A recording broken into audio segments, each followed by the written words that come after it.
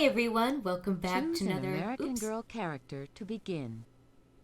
Hey everyone, welcome back to another episode of Lilbumblebear's Let's Play. I'm Kristen and I am back with another American Girls game. This is the American Girls Dress Designer.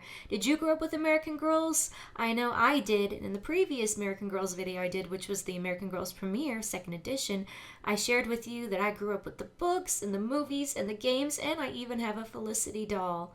I absolutely loved the American Girls growing up, and I'm so happy to share their media with you on my channel. Please give this video a thumbs up. Leave a comment down below. Did you have any American Girls merchandise? Oh yes, I also had the magazines too, both the ones, made for the girls to read, like with articles, and then the doll catalogs. And I've kept all of those because they feel like keepsakes to me that I just don't want to part with. But yeah, let me know. Did you have any of the books? Who was your favorite American Girl? And of course, subscribe for more nostalgic gaming. Check out the playlist in the description box where you'll find the American Girls premiere and any other American Girl games that I put up on the channel.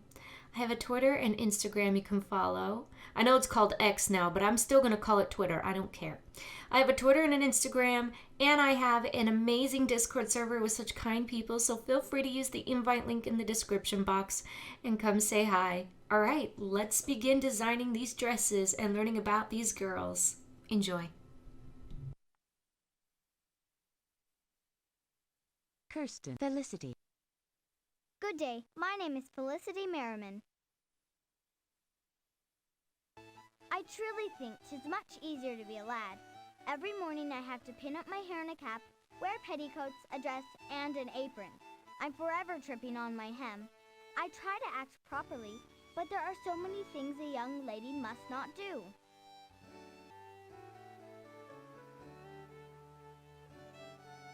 I wonder what it would be like to be a lad. Almost every colonial girl completed a sampler of stitches to show her fine needlework skills. A girl's first sampler always included the alphabet. That's how many girls learn their letters. I wonder what it would be like to be a lad.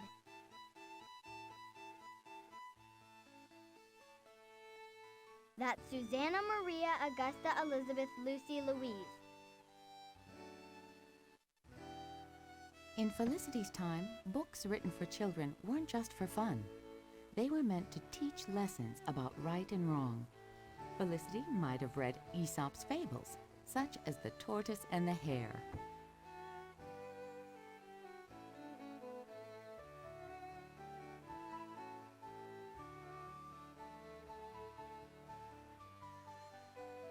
In colonial times, few homes had closets. Clothing was folded and put on shelves or in the drawers of a clothes press.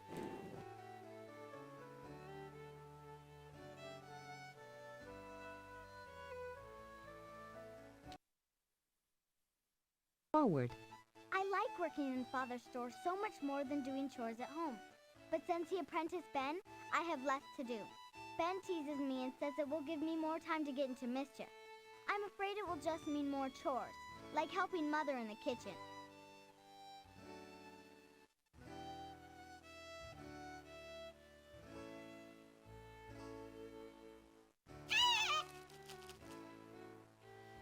In these proper clothes, I feel as caged as that chicken.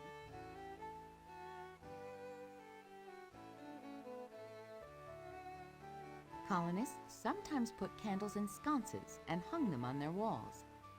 The sconce's metal back protected the wall from smoke marks and reflected light into the room.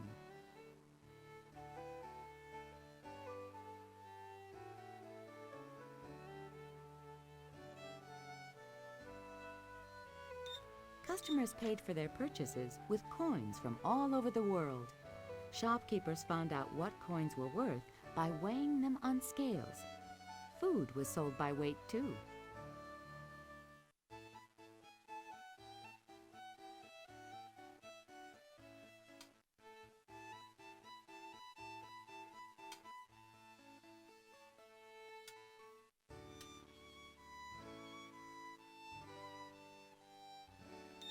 Customers. He certainly knows where to come for the best merchandise.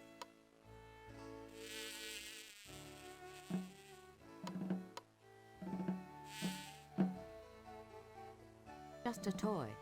A boy would have been expected to learn to play it well, perhaps as practice for becoming a drummer in the militia one day.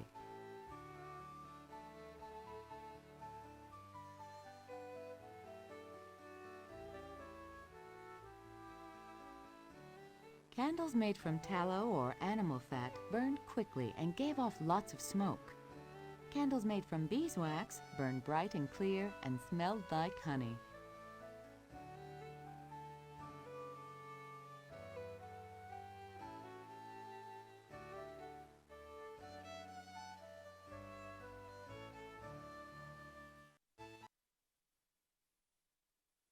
Forward. Almost everything about working in the kitchen is tiresome and dull, especially making apple butter. But I do like to help our cook Rose make tarts and sweets. Oh, and making delicious Shrewsbury cakes with my friend Elizabeth is always fun and messy.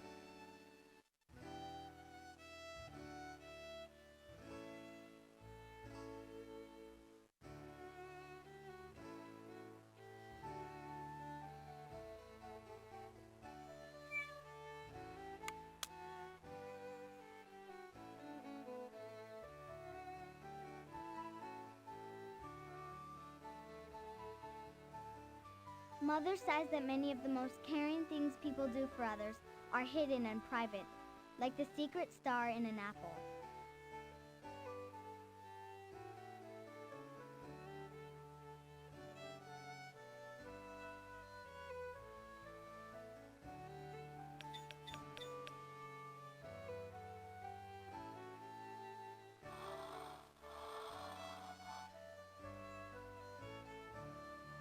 This pewter serving platter was made right in Williamsburg.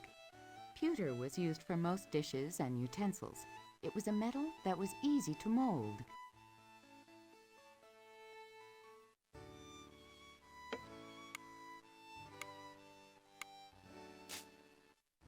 Tis how slow the time seems to go when I have to do kitchen work, like making apple butter.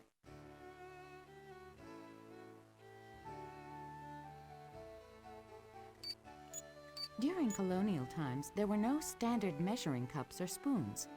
Cooks used scales and measured ingredients by weight.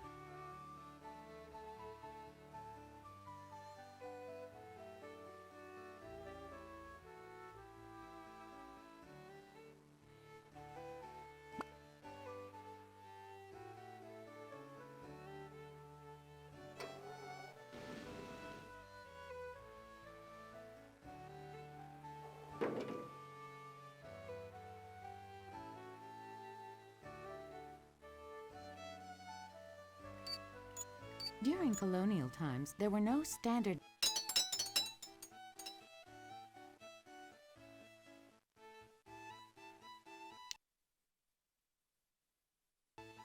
I enjoy the social graces I learn here at Miss Manderley's much more than I thought I would, though I also wish I could learn languages and geography like boys do.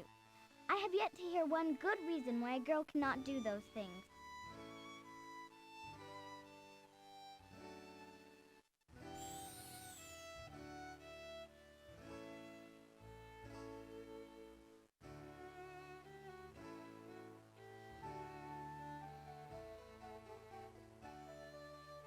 This vase is from England. It's made of Delft, or tin-glazed powder with colored designs. The blue designs on this vase come from the mineral cobalt.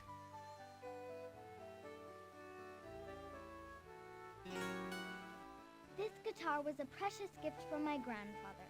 I brought it here to show it off to that snooty Annabelle. She thinks she's better than me just because she comes from England. I know I disobeyed my mother by taking it out of the house, but Annabelle just makes me so angry.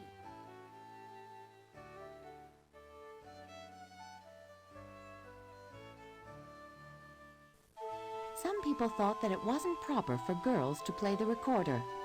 They thought a girl's face looked unladylike when she blew into the mouthpiece. There were no cameras in 1774. People had portraits painted of their family members instead.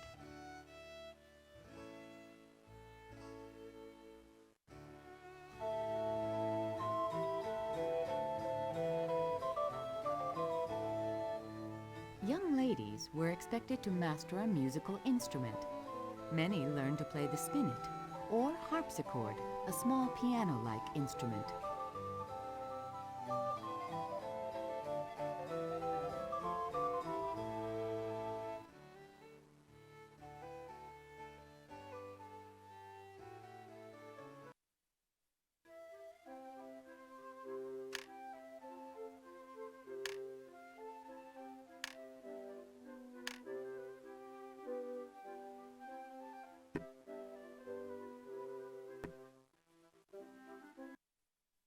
Changed.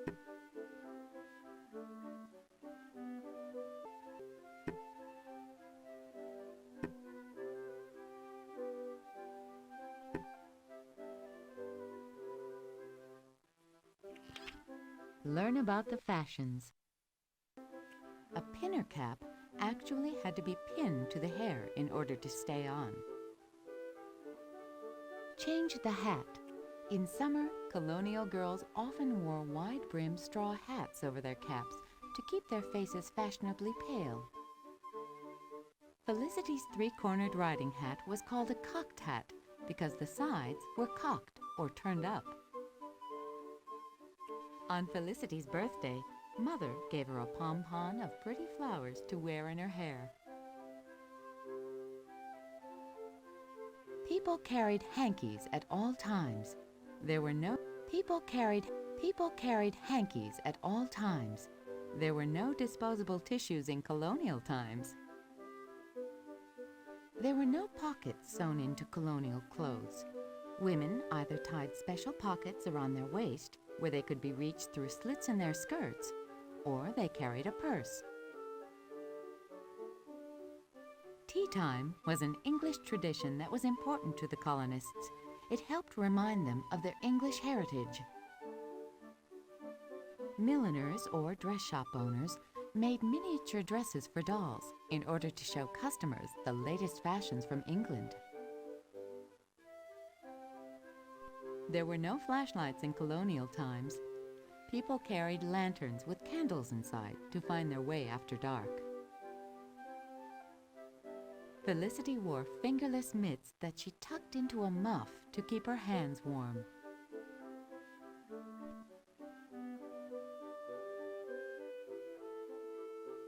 Felicity wore leather mules at bedtime to keep her feet warm. There were few carpets in colonial homes and only fireplaces for heat. Felicity was lucky to have light, cool brocade slippers to wear in the summer in place of her heavy leather shoes. Felicity tied on wooden platforms called pattens over her shoes to keep her feet out of the muddy Williamsburg streets.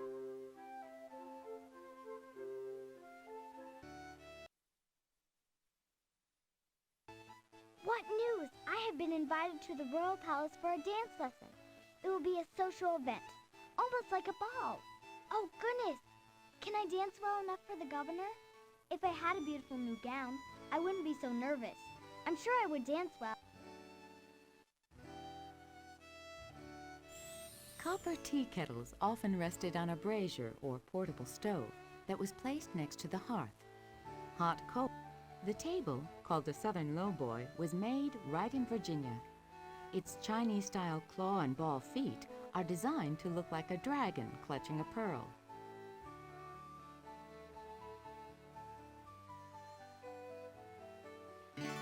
Musical instrument makers had to master the use of tiny, delicate saws to carve the exquisite rosette in the middle of this fancy guitar. You'll surely play this one at the dance lesson.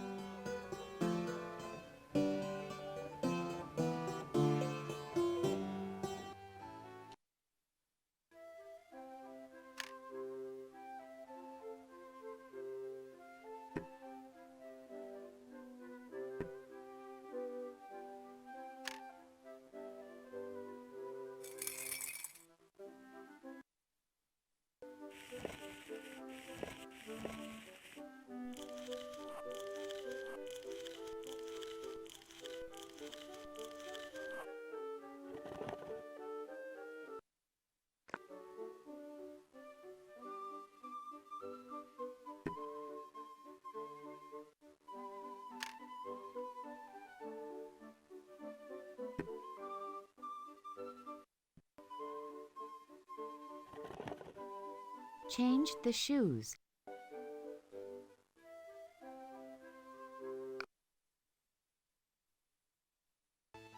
Wearing a dress like this makes me glad to be a Forward. lass.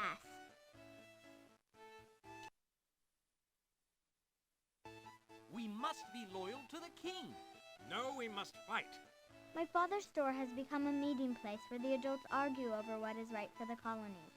The tea tax is unfair to the colonists. Colonists? Are you not loyal to the king? Ben is angry with me for wanting to go to the palace. He thinks the governor and the king are treating the colonists unfairly. Father says I should go to the palace for the dance lesson, even if he does not agree with the way the governor is treating the colonists. Father believes Christmas is a time of peace, time to set aside differences. Samantha.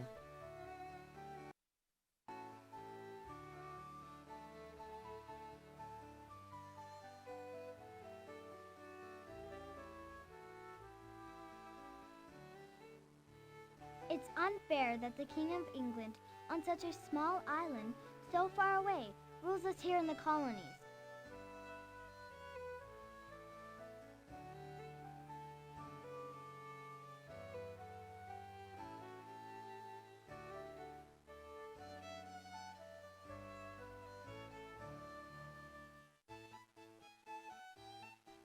I wish these brooms could sweep up all the bad feelings between the patriots and those loyal to the king.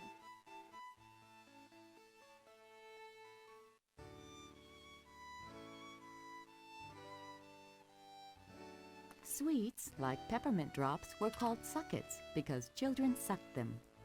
Comfits were any kind of nut or seed coated with sugar, such as candied almonds.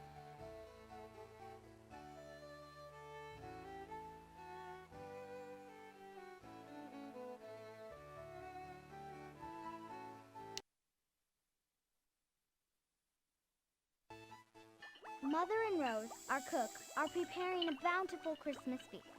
It will be perfect. And when Christmas is past, Mother will have time to finish my gown for the dance lesson.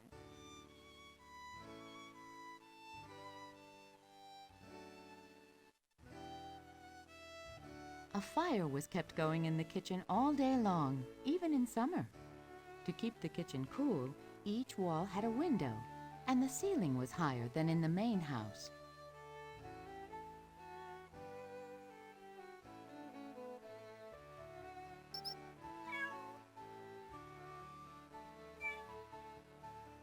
One colonial cake recipe called for 5 pounds of butter, a quart of cream, and 30 eggs. That's a lot of eggs. But 30 eggs in colonial times isn't the same as 30 eggs today. Chickens were much smaller then, and their eggs were smaller too. Colonial homes always had a garden. Usually they had two, a kitchen garden and a flower garden.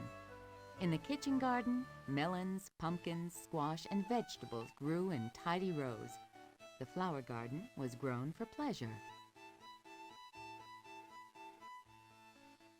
Just how fast time went by as Elizabeth and I made Shrewsbury cakes and talked about going to the palace.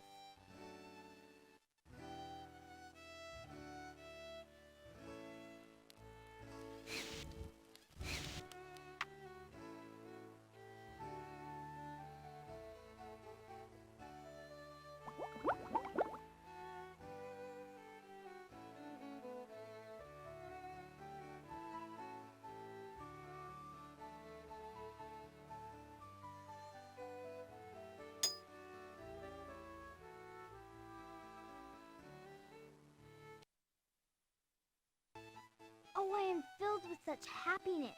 My beautiful dress is complete, and Ben will escort me to the royal palace after all.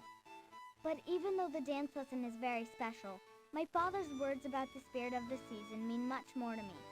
I have a family that loves me and friends who are loyal no matter our differences. Those are the greatest gifts.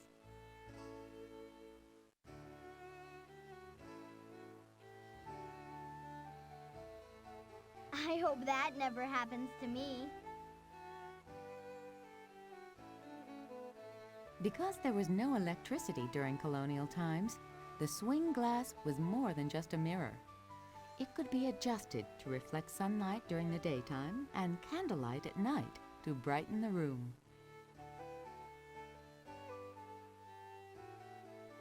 Instead of bathrooms, people in colonial times used outdoor toilets called necessaries and kept chamber pots in their bedrooms.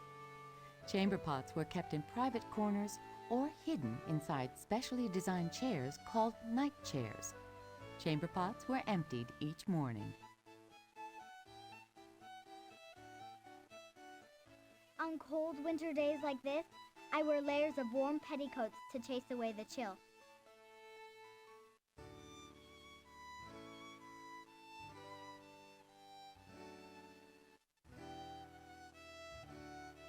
Josefina. Buenos dias! I'm Josefina Montoya. This is our family sala. It's used for so many things. It is here that we gather around the fire every evening to mend and sew and talk. Our family altar is here too. We come here every morning, noon, and evening to pray.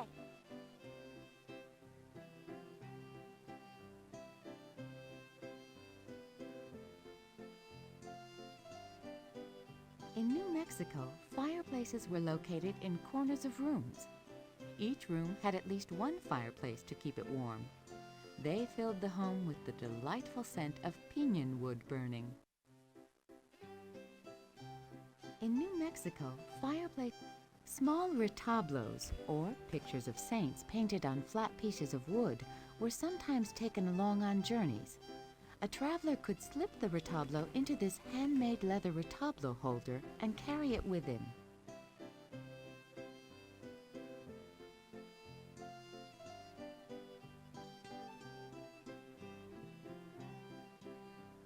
Josefina was born on March 19th, the feast day of San Jose, or Saint Joseph, and she was named for him. He is the patron saint of families.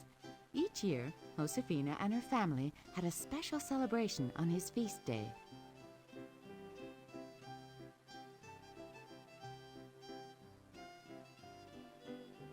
Sewing our woven strips together into blankets is difficult, but we entertain ourselves with jokes and riddles. Laughter certainly helps make the work go faster. That's my memory box. I keep things that help me remember Mama in it. Mama loved the beautiful blue color of this swallow's feather. That's why I keep it in my memory box. Mama's colcha embroidery was in terrible condition when we brought it home from the church. My sisters and I and Tia Dolores spent days cleaning and mending it. We weren't sure we could do it, but when we finished, the cloth was as beautiful as I remember.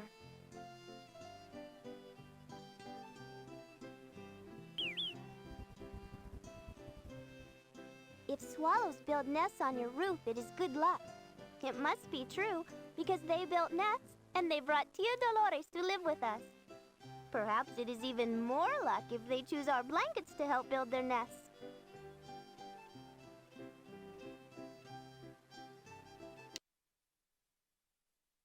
Forward. Our cocina, or kitchen, is the busiest room in the rancho. All the women spend many hours here. I don't mind, because I enjoy the bustle and talking.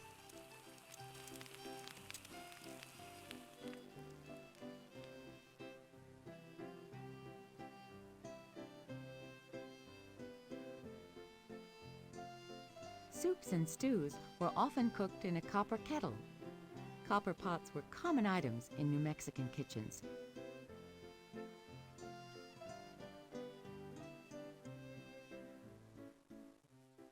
Every household in New Mexico had at least one mano and metate for grinding corn, chilies, and other foods. To make flour for tortillas, a handful of dried corn was placed on the flat metate stone. A woman or girl would then rub back and forth with the smaller mano stone until the corn was ground into coarse flour.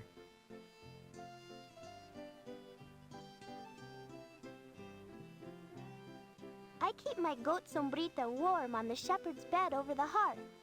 Whenever a lamb is orphaned or sick, a shepherd will bring it here. We feed the animals milk so they will grow strong.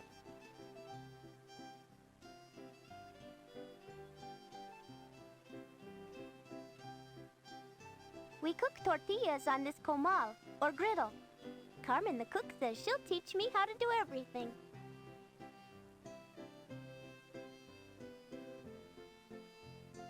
Strings of dried herbs, chilies, garlic, and fruit slices were hung about the kitchen where they would be handy for use in cooking during the winter. Dried corn straight off the roasted cob made a sweet snack called chicos. Strings of dried herbs, chilies, garlic,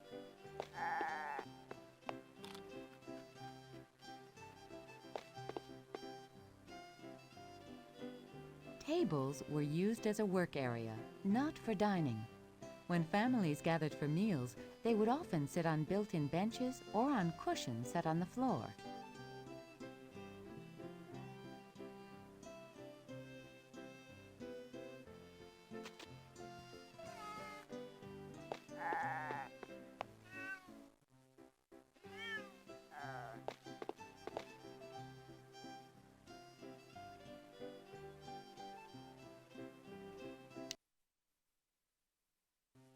The courtyard is where my sisters Ana, Francisca, and Clara and I do the chores Mama taught us. They remind us of her. We sing songs and tell stories she enjoyed too. Tia Dolores, Mama's sister, says that is one way the heart heals its sorrows. I think she is right.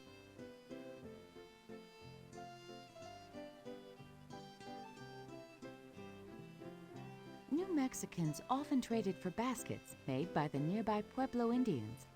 This one was made from willow, a tree that grows along stream beds and has flexible branches.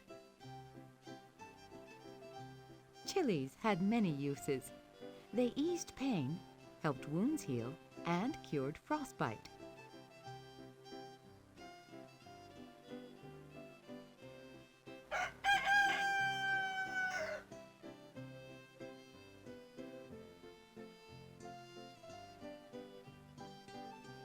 Canteens were made from clay and used traditional colors and designs.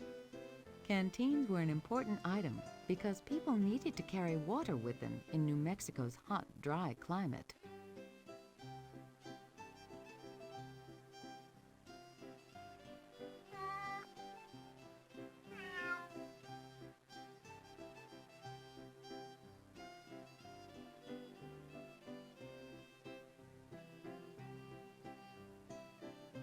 A malacate is a handheld spindle used to spin raw wool into yarn.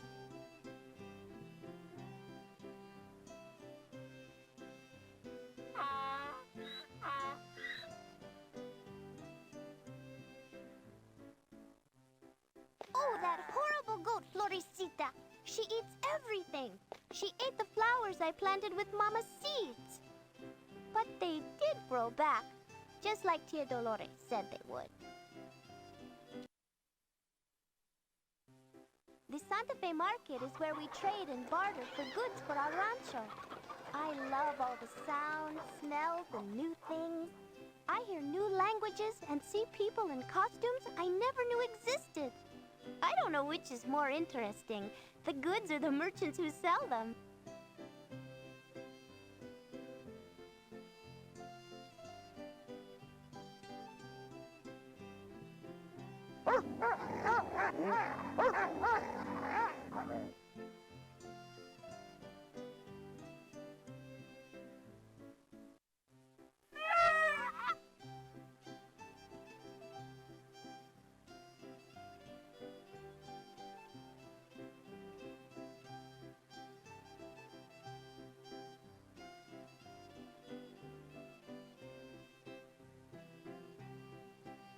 American trade in Santa Fe began in the fall of 1821, just after Mexico won its independence from Spain.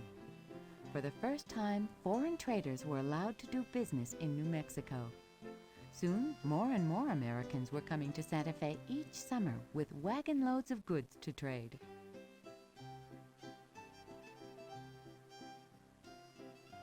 The priest was a much respected member of any New Mexican community, and often the only educated man in a small town. Villagers came to him for marriages, baptisms, and sometimes to read letters they'd received.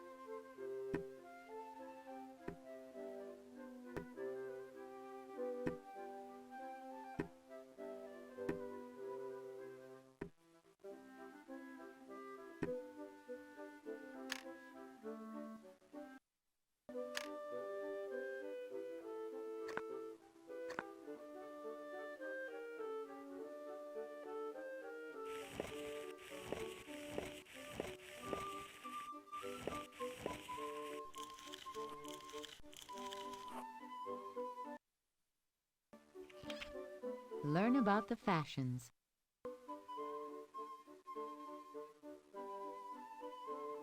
Settlers in New Mexico adopted the shoe style of the local Pueblo Indians for everyday wear. Tewas, or buckskin moccasins, were sold for a peso a pair, or about $1. On special occasions, Josefina wore these delicate leather slippers. Josefina's beautiful silk slippers were handed down to her from Clara. Josefina's sturdy, two-toned leather riding boots were an American style.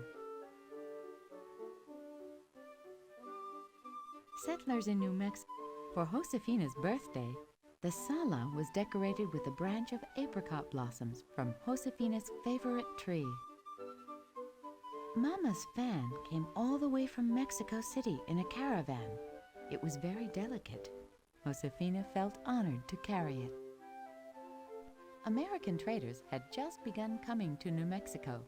At the Santa Fe market, Josefina saw the American flag for the first time. The windows on Josefina's lantern were made of mica, a see-through mineral. Josefina carefully tended the flower garden that her mother had planted. When she wanted to give Tia Dolores a special gift, she could think of nothing better than the beautiful flowers. Josefina's straw hat with its braided horsehair band came from the United States. In her sarape and wool felt hat, Josefina was ready for any weather. A mantilla is a lace scarf or veil held in place with a fancy hair comb. Francisca is making a dress for the fandango, the party we'll have when the caravan arrives. There will be music, dancing, and lots of laughing and shouting.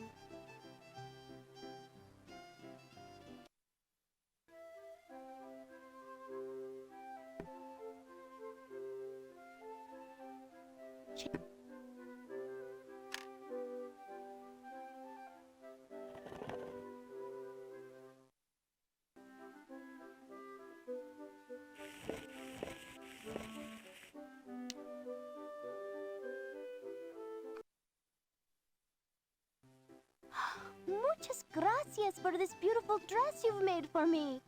Muchas gracias is thank you in Spanish. Trunks like these came from an area of Mexico called Michoacan, known for its beautiful furniture. Mexican craftsmen modeled the design from imported Chinese furniture. I keep a piece of lavender soap because Mama loved its delicate smell, and so do I.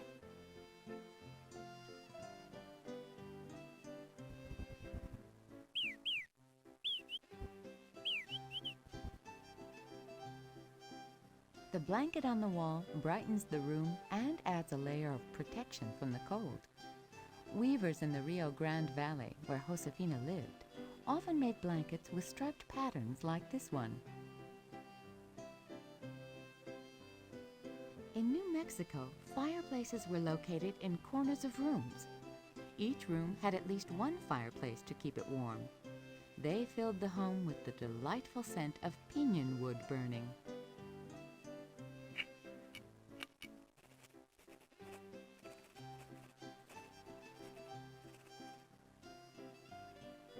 The sala's floor is packed dirt mixed with ox blood to give it a hard finish. Even with this finish, the floor got very dusty. One of a girl's many chores was to lay the dust using an escoba, a broom made of grass dipped in a dish of water. San Isidro is the patron saint of New Mexican farmers. According to legend, he would empty sacks of grain in the winter to feed starving birds. Then, through a miracle, the sacks would be refilled with grain the following spring. Everyone's busy making all kinds of delicious food for the fandango. I'm helping Anna, who's running the kitchen. But I also make sure I get to nibble some of the delicious treats.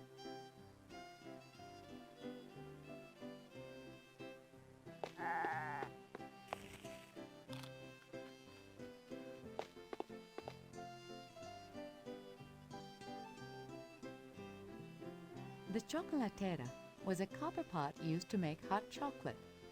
The chocolatera sits on a trivet over a pile of hot coals. When the hot chocolate was ready, cooks used a special wooden stirrer called a molinillo to make the chocolate frothy.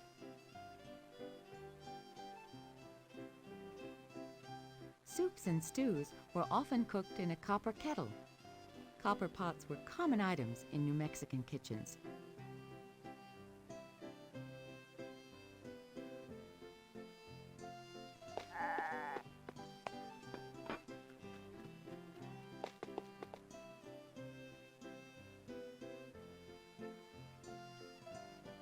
Almost every room in a New Mexico settler's home had a statue or painting of a saint or other religious figure.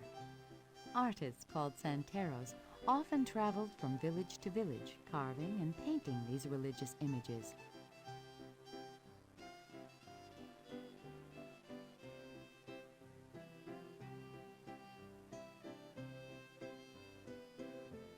Food, dishes, and silver were stored in a tall wooden cabinet called a trastero.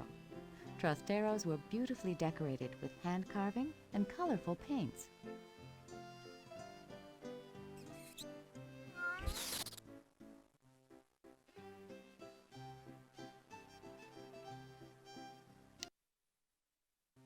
Now that traders from the United States have reached Santa Fe, the variety of goods is amazing. Shoes, hats, boots, toys, jewelry. I don't know what to look at first. The two-wheeled cart, or carreta, was the most common vehicle used in New Mexico during the 1700s and early 1800s. The wheels were made from giant slabs of cottonwood trees that screeched loudly as they rolled.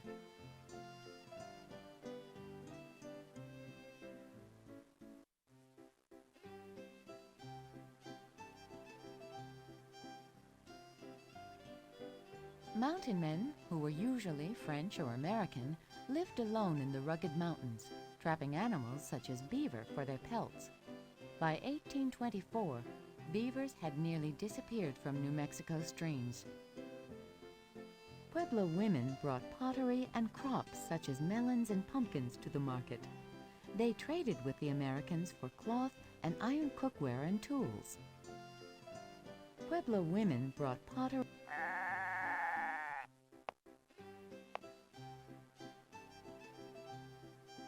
American trade in Santa Fe began in the fall of 1821, just after Mexico won its independence from Spain. For the first time, foreign traders were allowed to do business in New Mexico. Soon, more and more Americans were coming to Santa Fe each summer with wagon loads of goods to trade.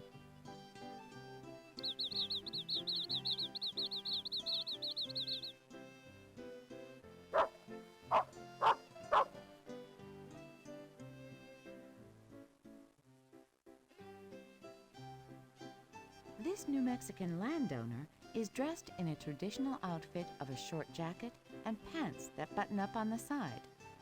Men left the pants unbuttoned partway up, showing their long white underpants underneath. The church was the most important building in New Mexican towns. People went there daily to pray and for church services. Important citizens were buried right in the church.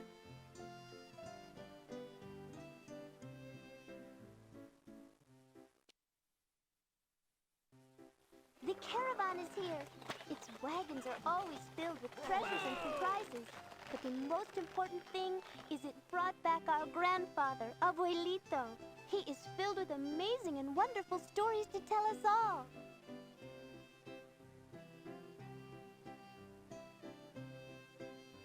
Cooks did their baking outside in large adobe ovens called hornos.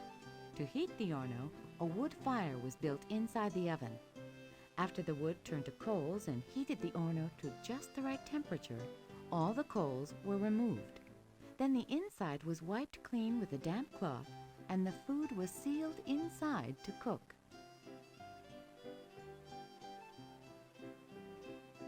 Large pottery jars were carried down to the stream each morning and filled with water. Back in the cocina, families used gourd dippers to get a refreshing drink of water.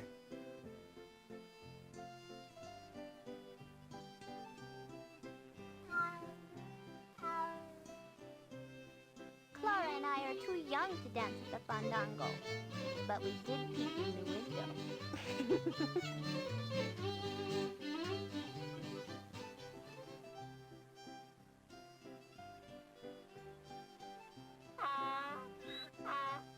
Burros were owned by all families to help them carry heavy packs. A burro could carry up to half its own weight. Kirsten. I'm Kirsten Larson. When I welcome you to our cabin, I'm also inviting you into our bedrooms, kitchen, living, and dining rooms. Yes, it is a small space, but it's big enough to hold my whole family, and that makes it home.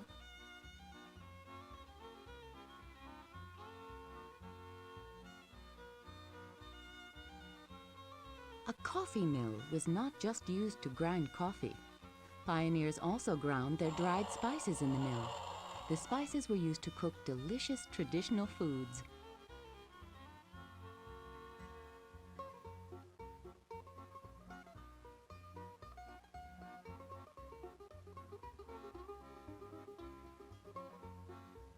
In the evenings, we gather around the stove.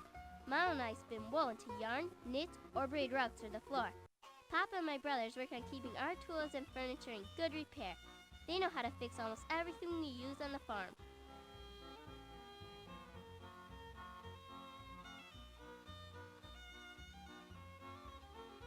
Small spinning wheels were used for spinning thin flax into linen thread.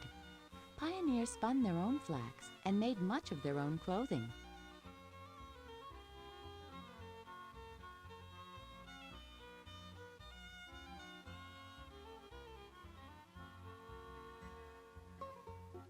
When people decided to come to America, they could bring only their most important things with them.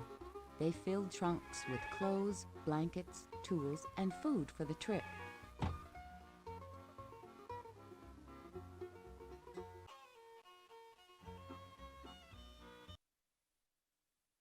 Forward. I was so nervous my first day at school. I only spoke a little English and couldn't read at all. And when Miss Winston slapped her ruler against the stove, I thought I'd cry. But then, with her help, I found I could learn anything I wanted to.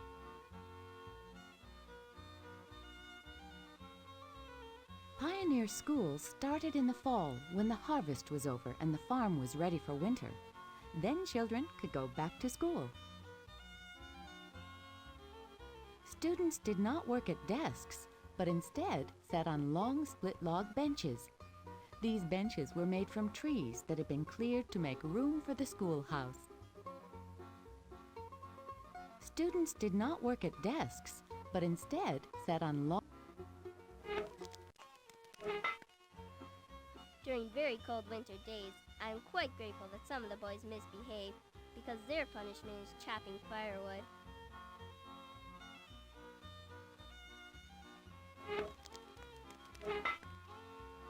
During very cold winter, The only source of light in the schoolroom was a small whale oil lamp.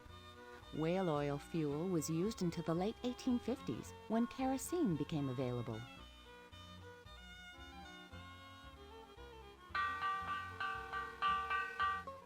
This wooden lunchbox is called a tina. Swedish pioneers made tinas out of thin strips of wood and decorated them with painted or wood-burn designs.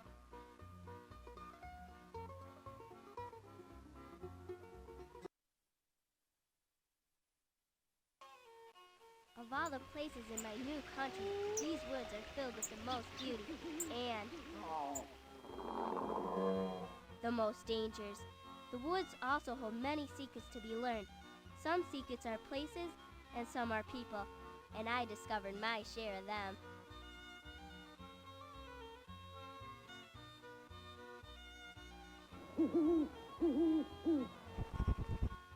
Papa taught us that when you see an owl start to hunt, night is coming and it's time to go home.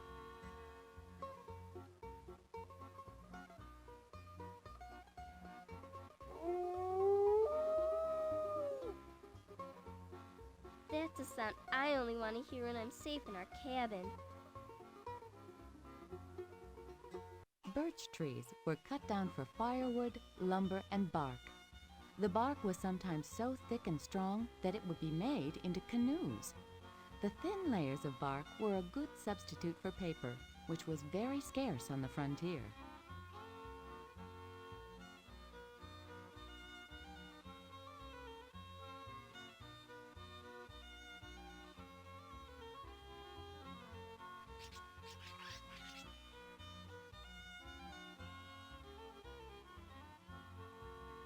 During the wintertime, fur traders trapped for animals in the woods.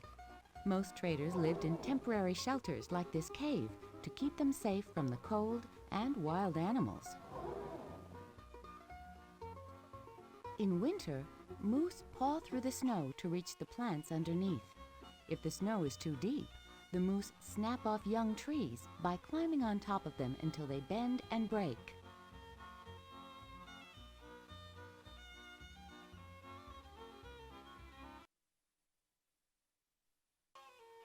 So much goes on here. Our friends gather to share news, we get mail, and we buy or trade with Mr. Burkoff for tools and supplies for the farm. We have many things to trade. We also have 2 big crocks of basswood honey.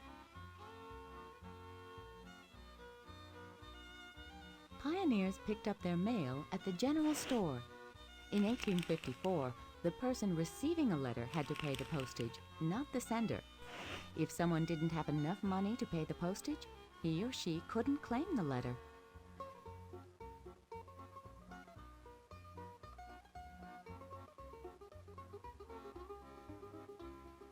Oh, what beautiful cloth! I'd like to have a dress made from any one of these fabrics.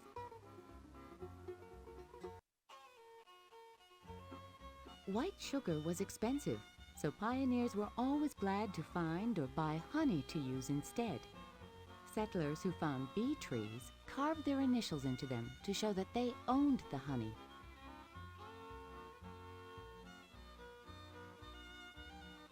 Papa says my honey gives us enough money to let Peter, my brother, and I choose special gifts.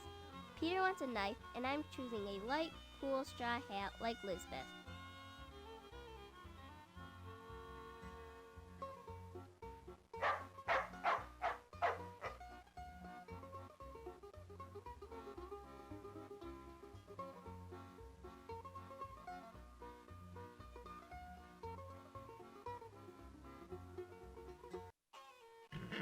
Get it up, cow!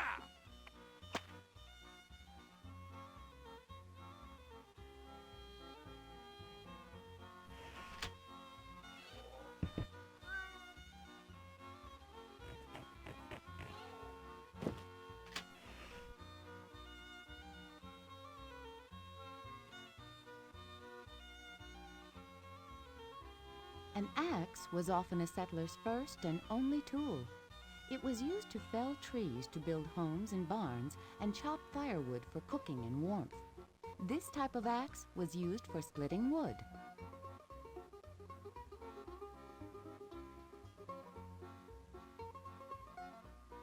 During frontier days, there were no radios or stereos, and pioneers made their own music. Concertinas, which were played like accordions, were popular on the frontier because they were small and portable.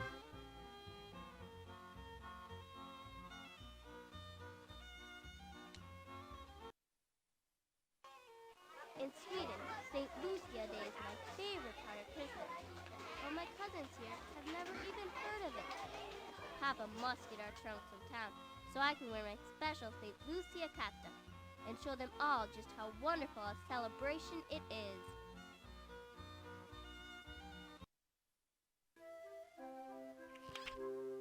Learn about the fashions. Swedish immigrants celebrated holidays just as they had in Sweden.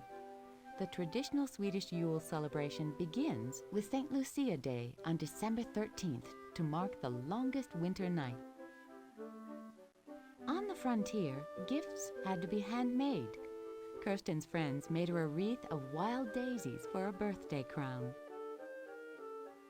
In Sweden, girls and women wore scarves instead of bonnets. They were so stiff with starch that girls left them tied and took them on and off just like bonnets.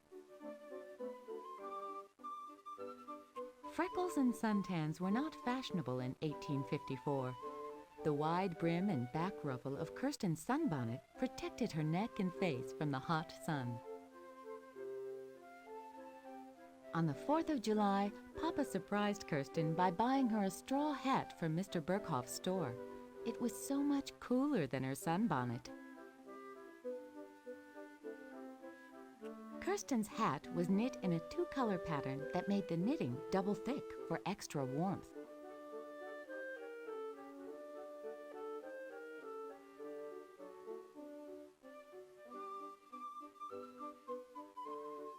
Change the hat. Swedish immigrants celebrated holidays just as they had in Sweden. On St. Lucia Day, Kirsten offered everyone steaming hot coffee and Lucia buns.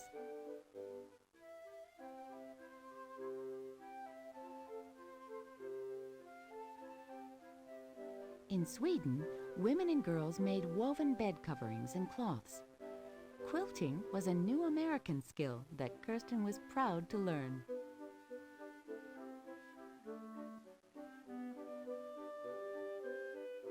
It was a Swedish tradition for young girls to place 7 different kinds of wildflowers underneath their pillows on midsummer, a special holiday. When they went to sleep, they hoped to dream about the boy they would marry someday. When Kirsten found Missy, she had no idea that she would soon have lots of kittens to play with.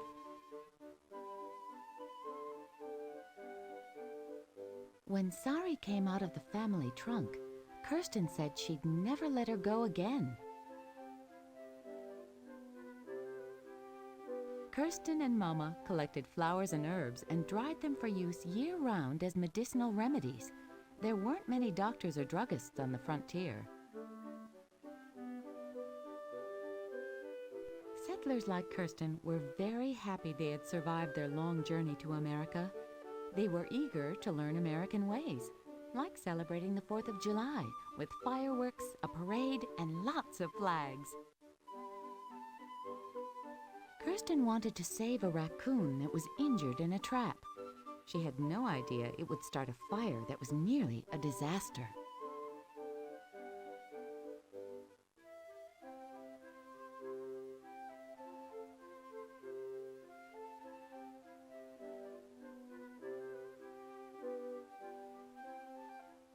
Sturdy leather boots were practical for a pioneer girl. She was on her feet working nearly all day. Kirsten's new red boots were just right for the 4th of July. They made her outfit red, white, and blue. Kirsten wore flannel underwear and 2 pairs of wool stockings under her skirt. Minnesota winters were very cold. Sturdy leather boots were practical for a pioneer girl. She was on her feet working nearly all day. Kirsten wore flannel underwear and 2 pairs of wool stockings under her skirt. Minnesota winters were very cold. Kirsten knit special red and white stockings to wear with her St. Lucia outfit. Kirsten knit.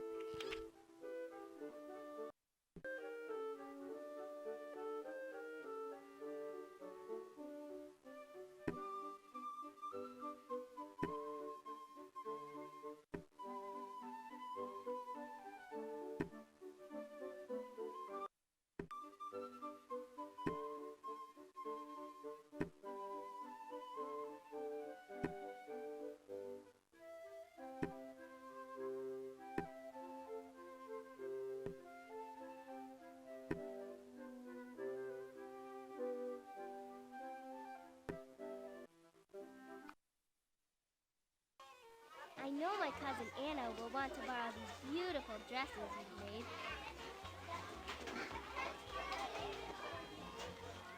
Paper was scarce on the frontier. When students needed to write, they used slates. The slates could be erased and used again and again. When a student did well, the teacher would give out a reward of merit. Students earned these for reciting a long passage, for winning a spelling bee, and for solving a difficult math problem.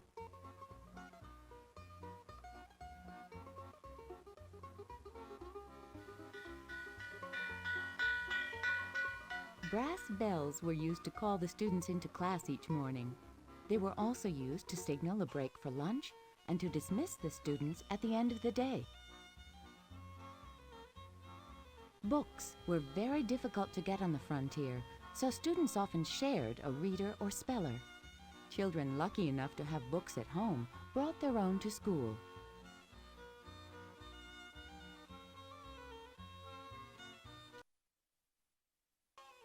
Our trunks have finally arrived from Sweden. It's been so long. I want to open one and get my precious doll Sari right now. But Papa says we don't have time. We must hurry home before the snow and wind get any worse.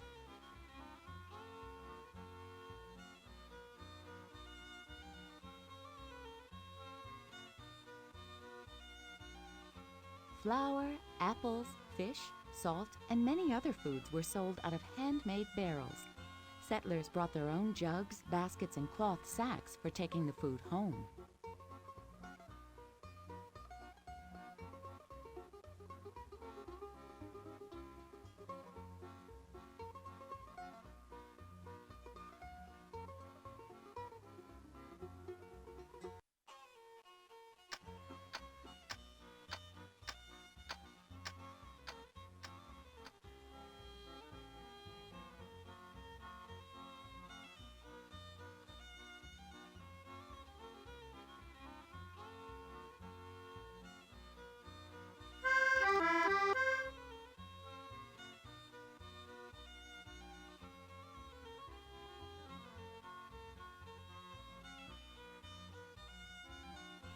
Opening our trunks is almost like returning to Sweden.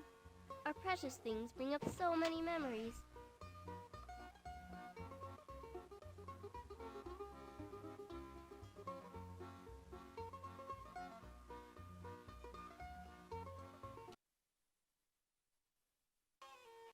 Since we started back home from Maryville, the blizzard had become much stronger. I thought that getting our trunks and my St. Lucia costume was important, but not if we froze to death. Papa twisted his knee, so I had to lead our horse along the road. But then I got lost. I couldn't see.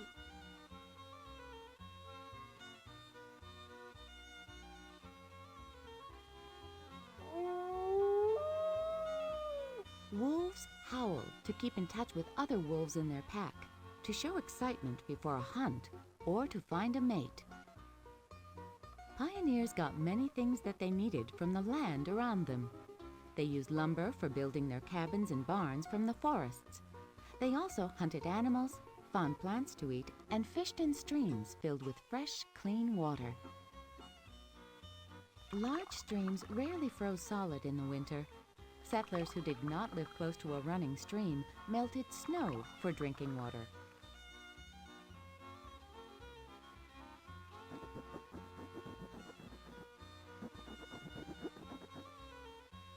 To find their direction in snowy woods, pioneers looked at how the snow lay on the trees. Snow melted more slowly on the chilly north side of tree trunks and branches. Singing Bird, my Indian friend, had shown me a cave, and I suddenly realized we were near it. It wasn't big, but when we were lost, it saved our lives.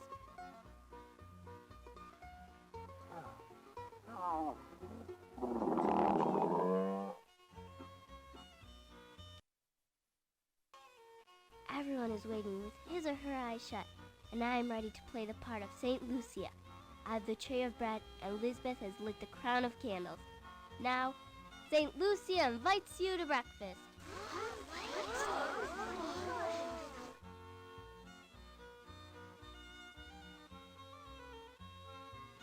Pioneers bought rice, sugar, and spices at the store to make Swedish rice porridge called skånska grut. They added apples and raisins dried from wild grapes to make a tasty treat for dessert. In pioneer days, there were no washing machines for clothes. Women would boil the clothes in water on the stove and then rub them against the washboard with homemade soap. Pioneers made their own tallow candles by dipping wicks into melted animal fat or by pouring the fat into molds. Swedish immigrants celebrated holidays just as they had in Sweden. The traditional Swedish Yule celebration begins with St. Lucia Day on December 13th to mark the longest winter night. The Christmas tree was a German tradition. Kirsten's family might have learned about it from their German neighbors. Sorting through our trunks is just like opening a treasure chest. But there is nothing in there that means more to me than Sorry, my beloved doll.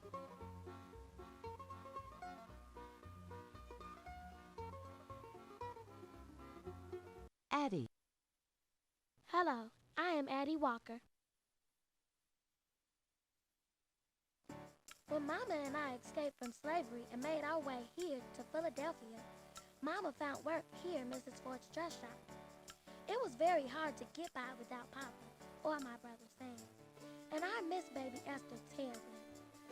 Our family was torn apart by slavery and by war, but I never gave up hope of finding the rest of my family. Never.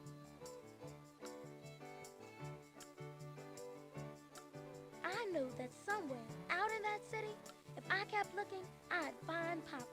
And I feel the same way about Sam, Esther, Auntie Lula, and Uncle Sullivan. Fabric came on long rolls called bolts. Fabric on bolts was easy to measure and the bolts stored neatly. This was especially important because many stores were very tiny. The tailor's table was a very useful piece of furniture. It had a wide top for laying out material and patterns, and lots of drawers for storing sewing supplies. Mama used beautiful cloth like this to make dresses for the rich women who came to Mrs. Ford's shop. I was so proud when Mama and Mrs. Ford thought my sewing skills were good enough to help. Some irons, called self-heating irons, were hollow so that pieces of burning coal could be placed inside them. Self-heating irons were too large and heavy to be used very often. Some irons, called self-heating irons, were hollow so that pieces of burning coal could be placed inside them.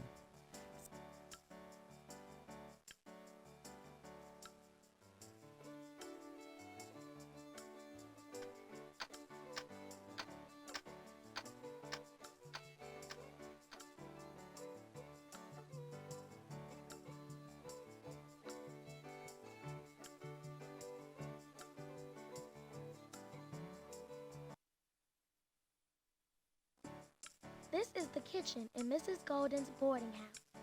When Papa found us, we moved into a room here. It's larger and warmer than Mrs. Ford's garret, but more important, it's where our family can live together.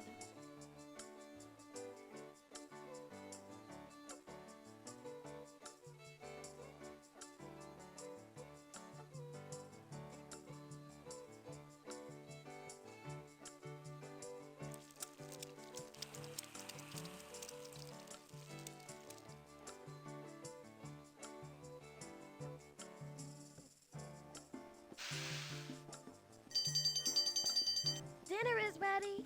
I like it when all the people who live here gather for meals. Everybody's got stories and news to share about what's happening all around the city. And if it's someone's birthday, we all celebrate. Rug beaters were used to clean the rugs in a house.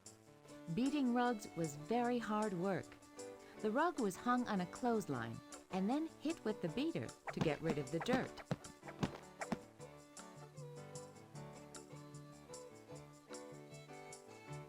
Milk was delivered by wagon and then poured into a milk pail from a large common pail on the wagon. People at the beginning of the milk wagon's route got the freshest milk. By the end of the long route, the milk was often spoiled.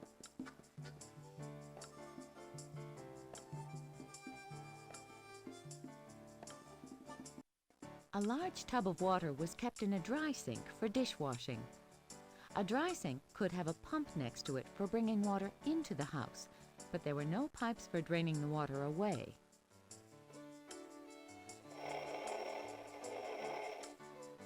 When we heard the war was over, guess how we celebrated? With ice cream.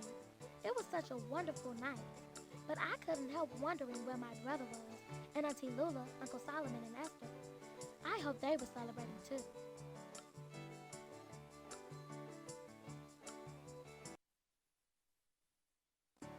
When we lived above Mrs. Ford's dress shop, Mama and I had to share one bed. But here at Mrs. Golden's, I have my very own. I love to snuggle under my quilt and listen to the noises in the rest of the house. Maybe someday soon, there'll be another child staying here.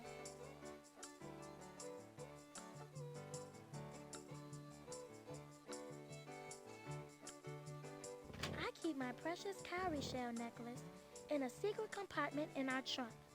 The shell came from my great-grandma. She wore it on her own necklace when she came here from Africa.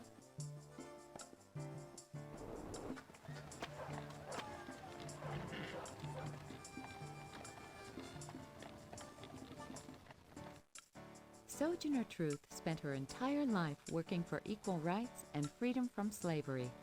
She won her own freedom in 1827 and fought in court to free her son from slavery.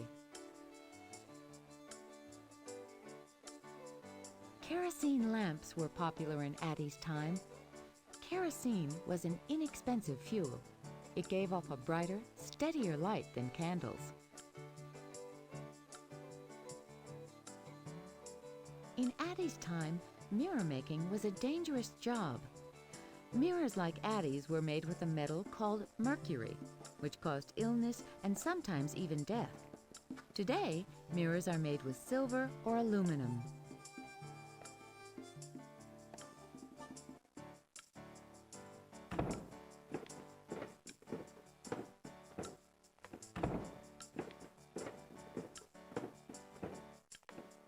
People kept water in pitchers to use for bathing in a washstand. This washstand had 2 towel bars and a drawer for soap. A splashboard along the back kept the wall from getting wet when people poured water into the wash basin.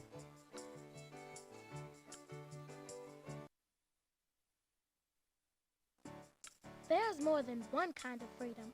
Here in this school, learning to read and write has set my mind free.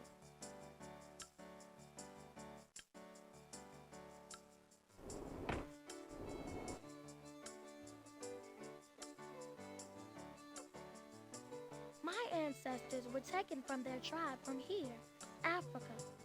Slavery spread us all around the New World.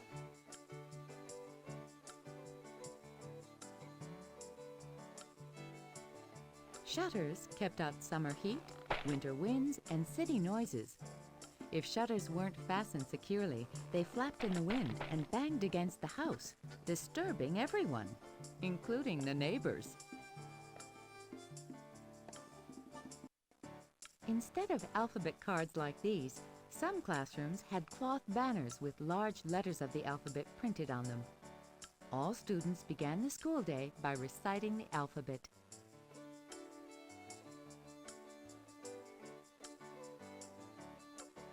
Our teacher, Miss Dunn, told us that this Latin saying means tall oaks from little acorns grow.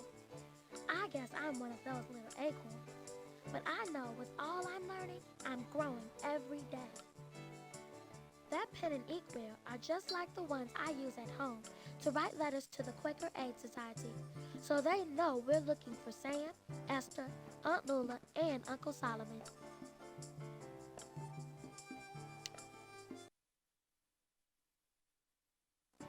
As soon as I get done helping Mrs. Golden get breakfast on the table, I'm going to pack a meal for me and my family so we can work all day in the vegetable garden.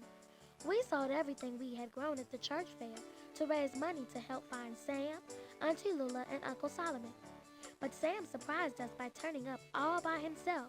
Now that it's fall, it's time to harvest the squash and pumpkins we planted. We can really use the extra food from the garden to help feed us all.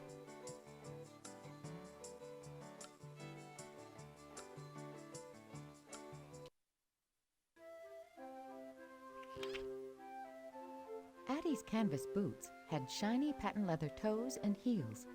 They also laced up the side, making it easy to lace the boots when one foot was propped on the other knee. The knit pattern in Addie's stockings was called a railway pattern because the stitches looked like railroad tracks. Girls like Addie usually wore black stockings to hide dirt from everyday wear. Girls Addie's age knit their own slippers. They also knit slippers and socks to send to soldiers at war. Addie's sturdy leather work shoes were lighter and cooler than her everyday boots. Addie's canvas boots had shiny patent leather. Addie's winter hat was called the derby, after the British Earl of Derby, who often wore the style to horse races.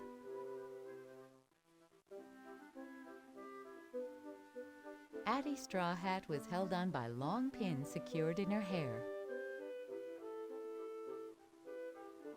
Addie sometimes wore a snood or fashionable net hair cover over her hair. Addie's straw bonnet did not shade her face like Kirsten's and Felicity's hats. It was just meant to look pretty. Addie's straw hat was held. Before bed, Addie read from Mother Goose in hieroglyphics. The story was told partly in words and partly in pictures called rebuses.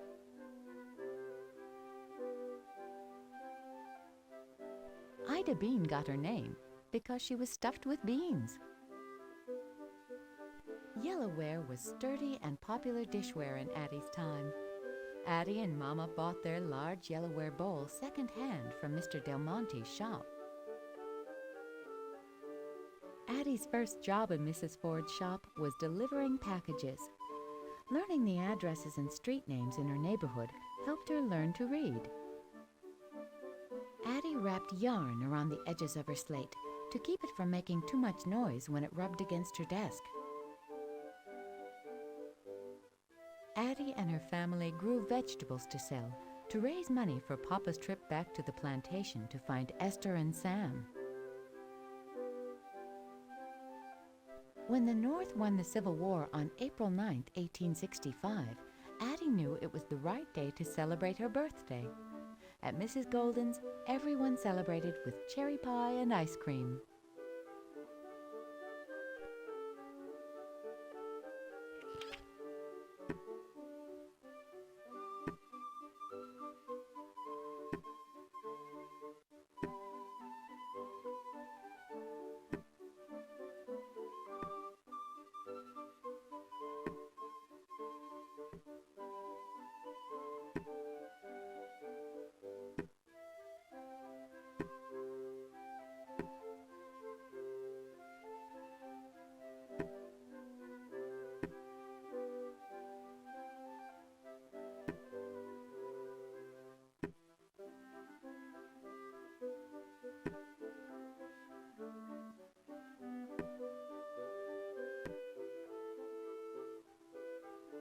changed pattern.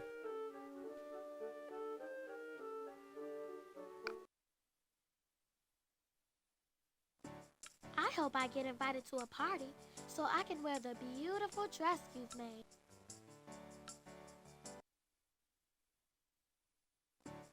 I love just about everything in school. I even get along with Harriet now. Ever since the church fair, we've been friends. When she told me her uncle had died, I realized that her family has suffered because of the war, just like mine.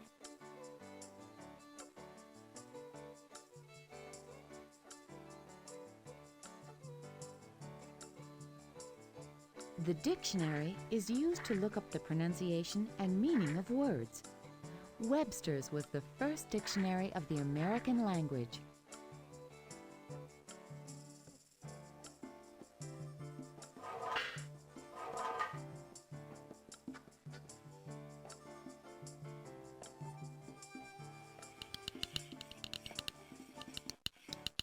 A wooden abacus or numeral frame was used to learn arithmetic.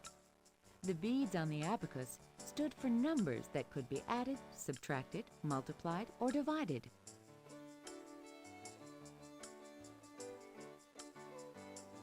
That's a picture of Frederick Douglass. He was born a slave, but became free and educated, and a leader against slavery. Miss Dunn says he should inspire us to work hard at our lessons.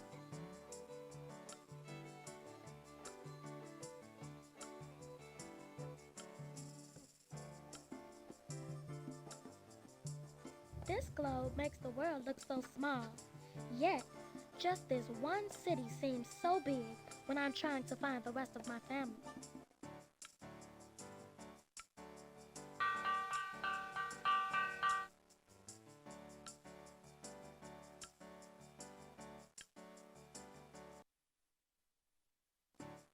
Mrs. Ford keeps Sarah and I busy making deliveries all over town. And now she says there'll be even more dresses. She bought a new sewing machine that will let her and Mama make twice as many dresses as they could by hand.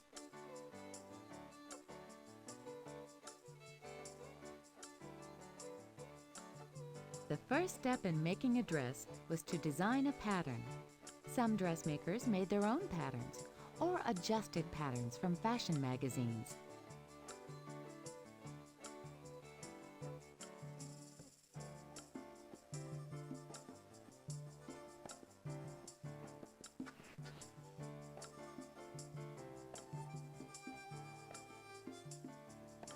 This dress is sitting on a dress form for sizing. The dress has a fitted bodice or top and a bell-shaped skirt. This style was popular during the Civil War. Mrs. Ford used this heart-shaped pincushion to keep all the pins in one place. It's amazing how many pins she used to make these beautiful dresses. Sewing machines were still a new invention in 1864. By using a sewing machine, a dressmaker could complete a dress in half the time it took her to do the work by hand.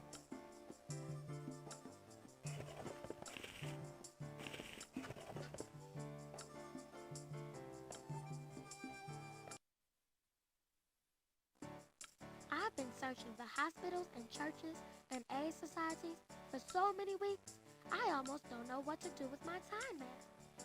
I was so lucky to see Auntie Lila and Esther on the church steps. I was just heading home.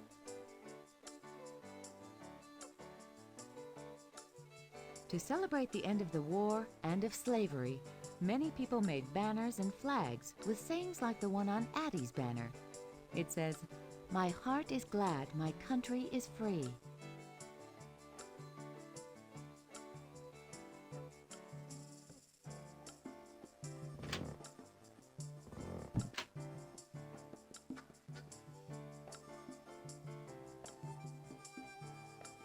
Tintypes were an early form of photography.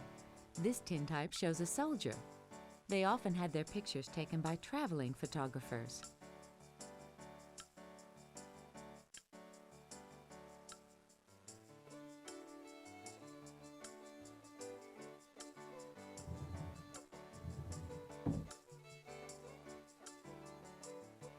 Auntie Lula and Esther are here. Mrs. Golden's with us. Our family is all together again. Well, almost. Uncle Solomon didn't make it here, but at least he lived to get out of slavery. I can't believe my dream has finally come true. Girls in Addie's time made samplers to practice the different stitches they were learning to sew.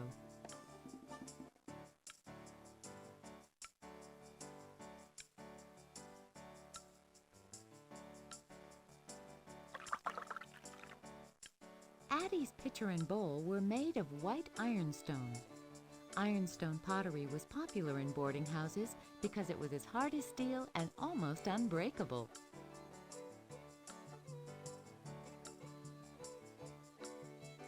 Boarding houses did not have indoor bathrooms. Instead, the boarders used chamber pots or outhouses called privies. One privy often served as the bathroom for a row of 3 or 4 boarding houses.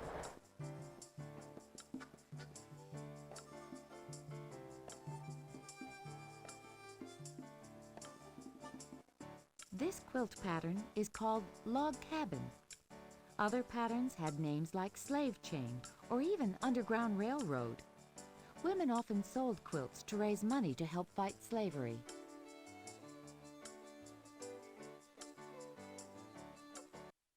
Samantha. Hello, I'm Samantha Parkington. You know, I'm lucky to have such a lovely room. My parents died when I was 5, and since then, I've lived with my grandmother in her beautiful home. I call her Grandmary.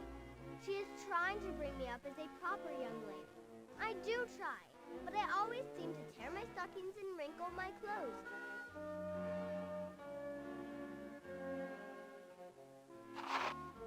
On chilly nights, a screen was pulled around the bed to keep out drafts. On hot days, a large wet sponge was hung behind the screen. The breeze blowing through the wet sponge kept the room cool. Houses were heated by hot water that was forced through radiators. On cold mornings, girls often warmed their clothes on the radiator while washing at the commode.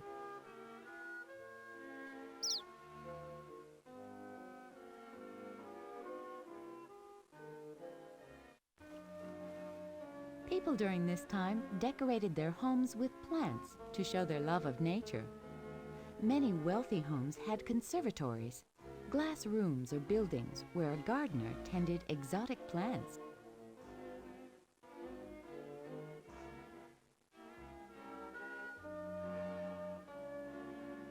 That little sachet bag is filled with pine needles from Piney Point, Grandmary's summer home. I love it there. The forest, mountains, and lake are the most magical places in the world.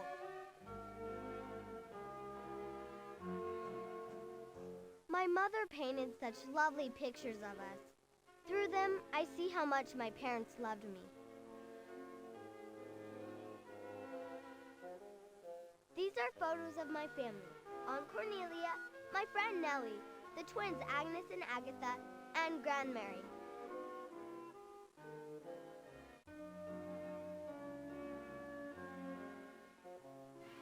Dresses were hung in tall wardrobes called armoires. Some houses had closets, but many did not. During this time, houses were taxed according to how many rooms they had, and closets counted as rooms. More closets meant higher taxes.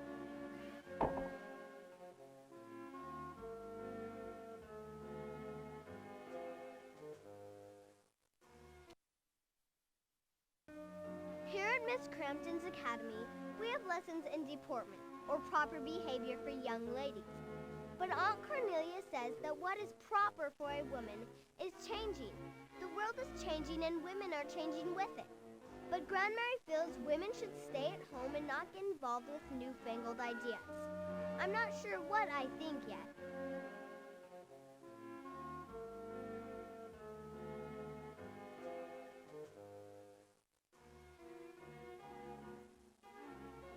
Learning to sketch and paint watercolors gave a young lady culture.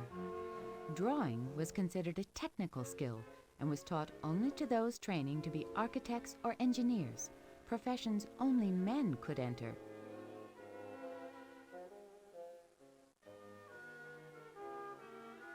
We use this color chart to learn to mix and match colors. That's supposed to help us later when we marry and have homes of our own to decorate. Maybe we should just frame the chart and hang it in the parlor. It's got all the colors we'll ever need.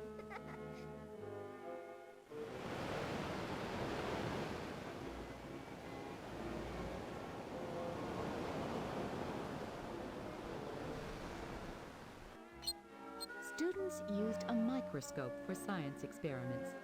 Science, especially biology, was considered a girl's subject because it had to do with health and hygiene.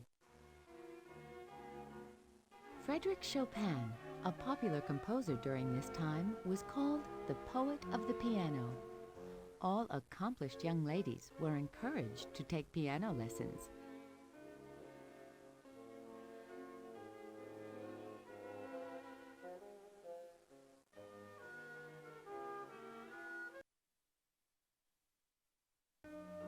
I love going to visit Uncle Gard and Aunt Cornelia. They live in New York City. There's so much to see and do. Like, come here. This is Tyson's ice cream parlor.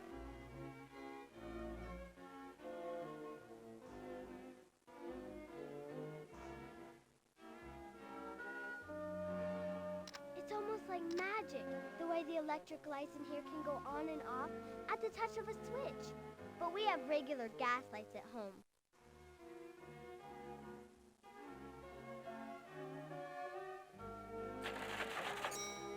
Cash registers were first invented in the 1870s as a way to stop clerks from stealing from their employers. Fancy registers often had the owner's initials carved in the elaborate design. Soda water. Water made fizzy with baking soda was originally used as a medicine for stomach aches.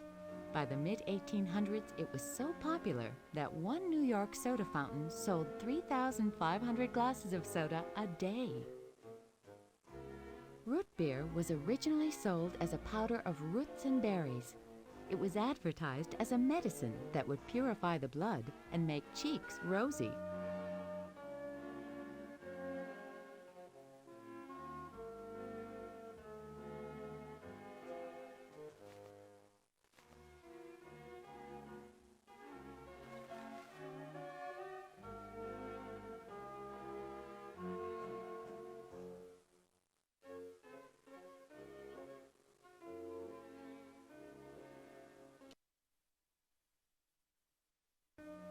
Even on days when there are no parties or special events, this kitchen is always busy. I love to watch Mrs. Hawkins at work. She has all the latest gadgets.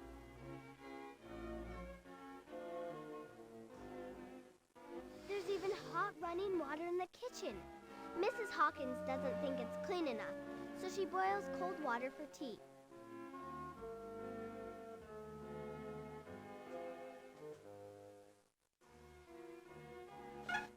A warming oven on the gas range kept side dishes warm during long, elaborate dinners. Some dining room radiators had warming ovens attached for the same purpose.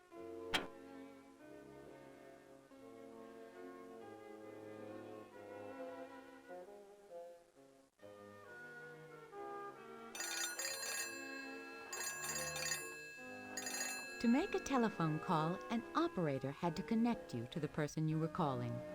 The dial telephone was invented in 1896 by a man who didn't like operators.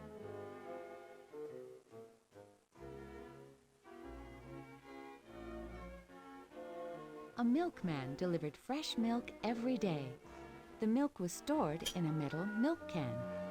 Some people put a spoonful of grated horseradish in the bottom of the can to keep the milk tasting sweet.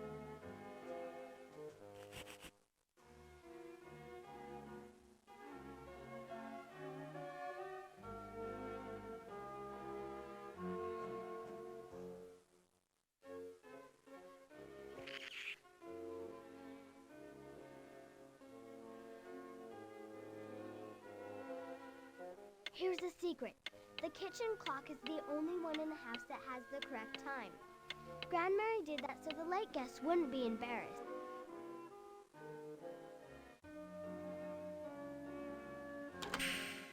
Blocks of ice were delivered daily in horse-drawn wagons. Deliverymen used large tongs to pick up the ice and lift it onto their shoulders. Then they carried the ice into kitchens and put it into ice boxes.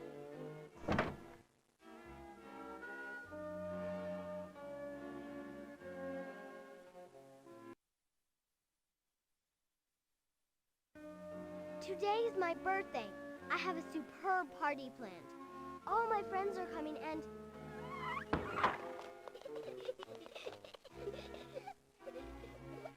It's the twins, Agnes and Agatha. I smell something special for my birthday breakfast. I think it must be blueberry muffins.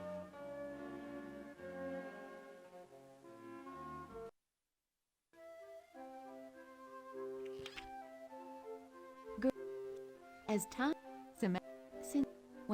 when Samantha, girls wore long stockings held up by garters, even in the middle of summer. As towns grew larger and dirtier, keeping white stockings clean became difficult.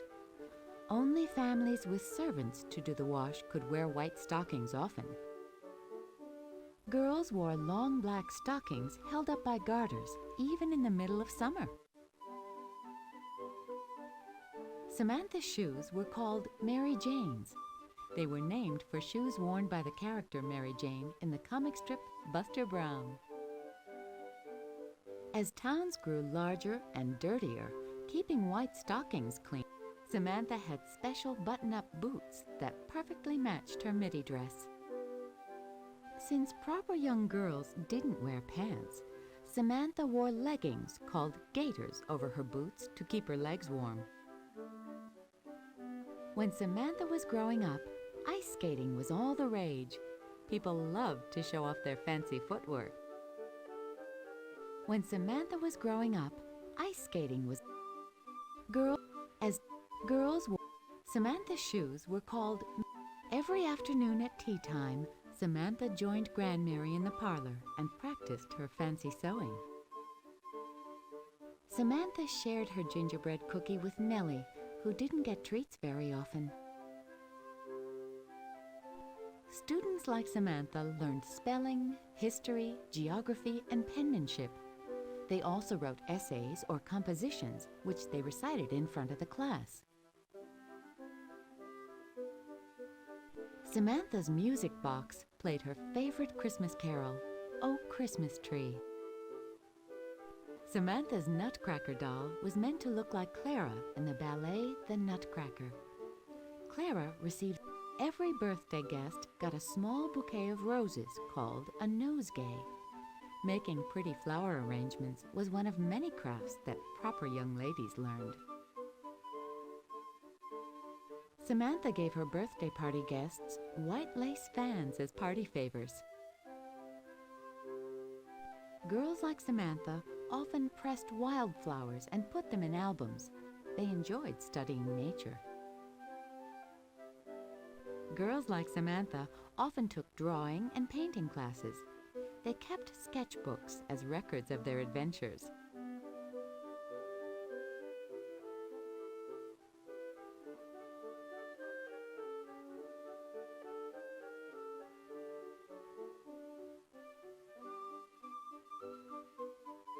Bows were often made out of stiff fabric called taffeta, so they would hold their shape.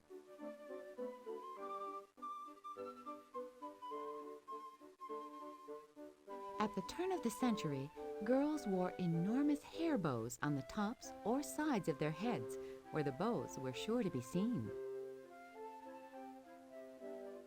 A young lady never forgot her hat.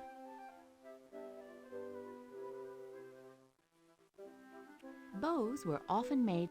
At the turn of the century, girls wore enormous hair bows on the tops or sides of their heads, where the bows were sure to be seen.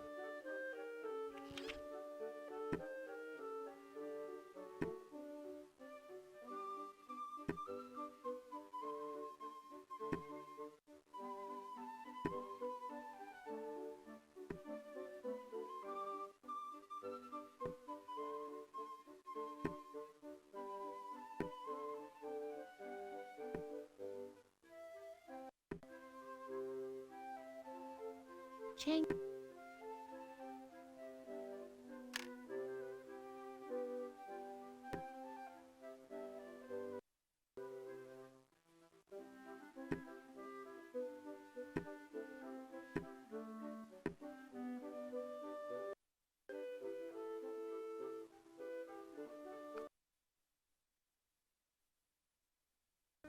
Jeepers! This outfit you made for me is so beautiful. I'd like to have a party just to show it off.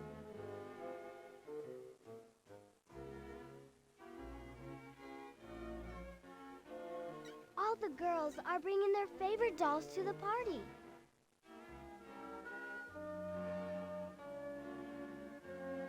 Some girls had dolls that were made of fragile porcelain. Dolls and their accessories were designed to help girls practice being mothers.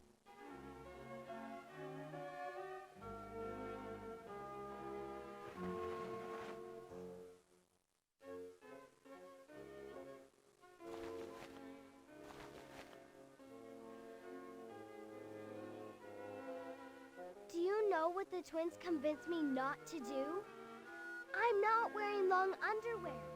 It's one of Grandmary's rules that I must wear long underwear until the end of June. But the twins are right. It's old-fashioned.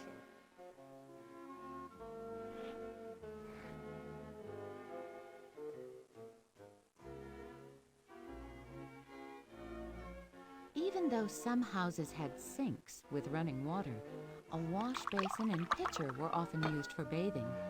This way, a girl could bathe in the privacy of her own bedroom.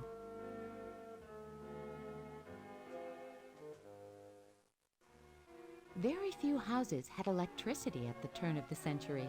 Instead, people used gas lights. Gas lights were attached to a gas line in the wall. Girls lucky enough to have a light in their bedroom could read at night.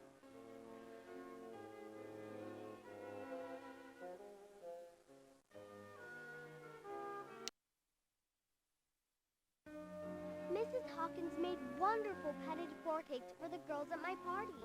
But that horrible Eddie Ryland, he put salt in my birthday ice cream and ruined it. I'll find a way to fix him.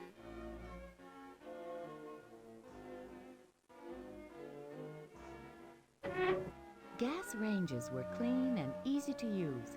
However, some cooks wouldn't use them because they couldn't burn their garbage in a gas stove the way they could in a wood-burning stove.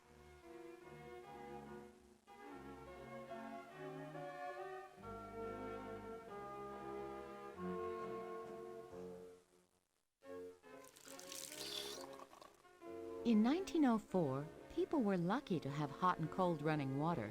Many people still fetched water from wells and had to heat it on a stove.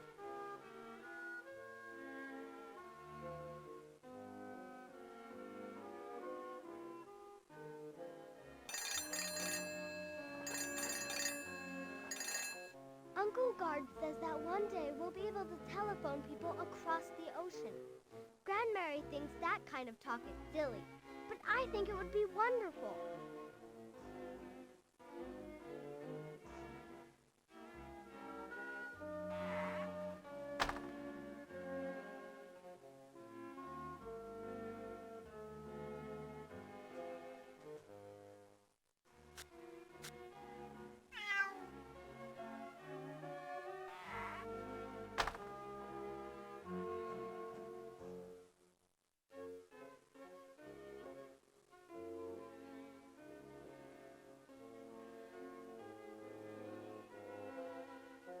There were no electric freezers in 1904. Cooks had to make frequent trips to the butcher shop to buy fresh meat. Many butchers delivered to the doorstep.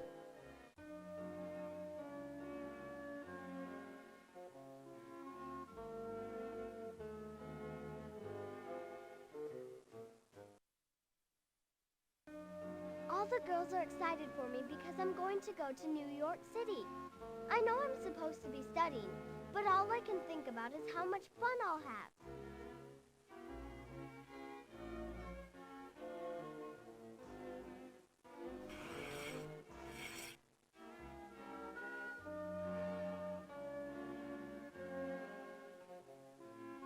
Compared to the British Empire, the United States is rather small, doesn't it?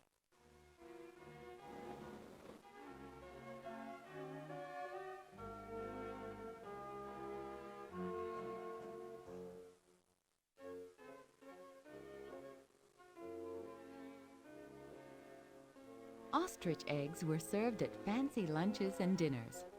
Ostriches lived in Africa and were considered exotic and fascinating. Women wore huge ostrich plumes or feathers in their hats.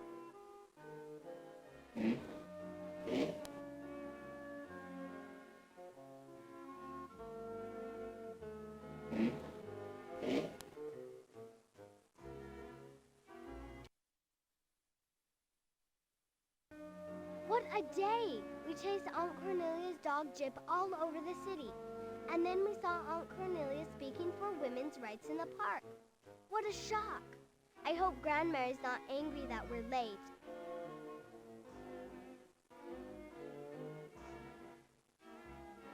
Maybe I'll have a pineapple soda. I've only tried strawberry, ginger, orange, and almond. But Tyson's has almost 35 flavors.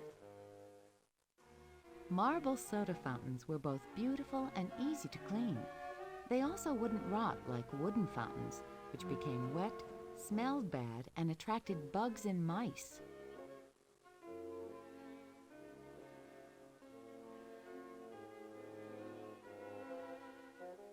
In 1882, Thomas Edison opened the world's first electricity generating plant in New York. Many businesses kept their old gaslight fixtures, but added new wiring to them.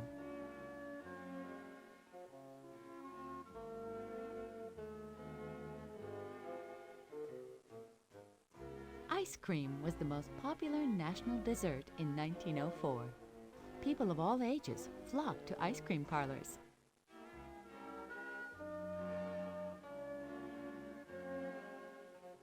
I don't know what's more fun, watching the seltzer pour out of the dispenser or having it tickle my nose when I drink it.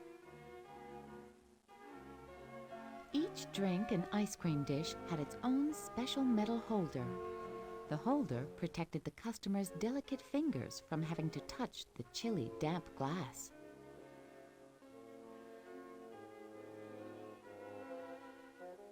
Everything is so big and up to date in New York City. Why, on the way here, I saw more cars on one street than in all of New Bedford.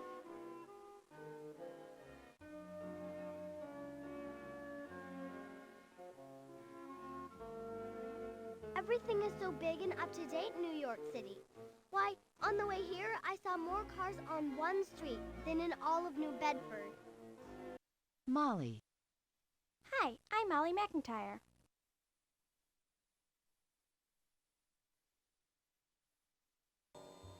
It's hard to imagine the whole world fighting, but that's what's happening right now. It's called World War II. Lots of dads, like mine, are away fighting or helping the soldiers, and that's changed a lot of things in our family. We're all learning to make sacrifices and cooperate with each other. In fact, the whole town, the whole country, is working together to help win the war. It's pretty exciting.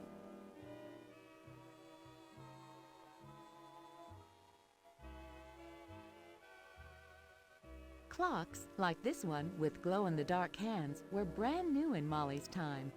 She could tell the time even in the middle of the night. Houses were often heated by hot air that came through a register.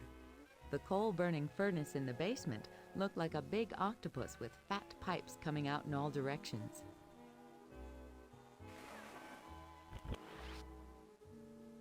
Because of the war, I have to take extra special care of my clothes so they last longer.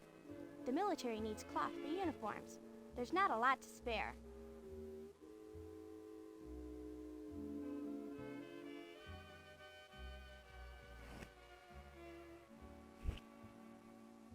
Molly's roller skates buckled onto her shoes. Molly was lucky to have skates. During the war, factories stopped making toys like skates and started making war equipment instead. My dad is a doctor. For the past 7 months, he's been helping wounded soldiers in England. I know he's doing important work, even saving lives. But I miss him so much. I even miss being called Ollie Molly. Because so many materials are being used in the war, they're not making many toys these days. It's made me take better care of the ones I have. I got my dog for my birthday. I decided to name him Bennett, after my good English friend, Emily Bennett. She came to stay with us because of all the bombing in England.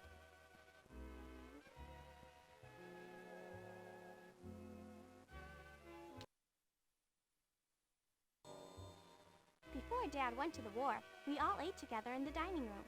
But now that he's gone and Mom works late at the Red Cross, all of us kids eat in the kitchen. Even what we eat has changed. Mrs. Guilford, our housekeeper, tries hard, but last night she made mashed turnips. Ugh!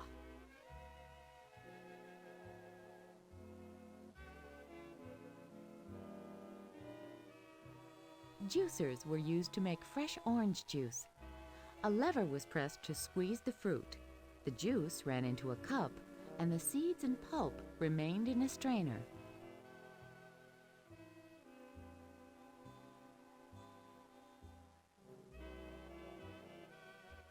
One of my family's favorite traditions is our Christmas Eve supper of scrambled eggs, bacon, cocoa, and cinnamon toast.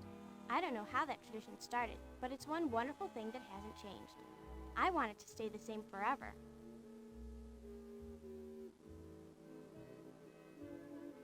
Milk was delivered in glass bottles to houses each morning. When the bottle was empty, it was rinsed out and left for the delivery person to pick up the next day.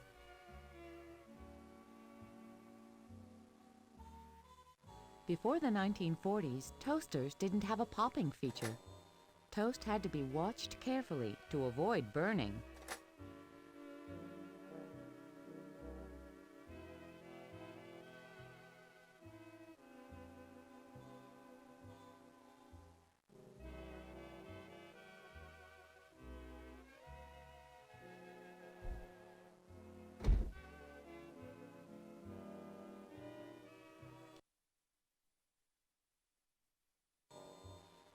Every day here in school, we learn what's going on in the war. We also do our part to help win the war. We make models of enemy planes to be used by adult spotters who watch the skies for enemy aircraft. We also collect scrap metal and paper and even cooking fat, all of which can be turned into things the soldiers need. One thing about this war is that it sure keeps us busy.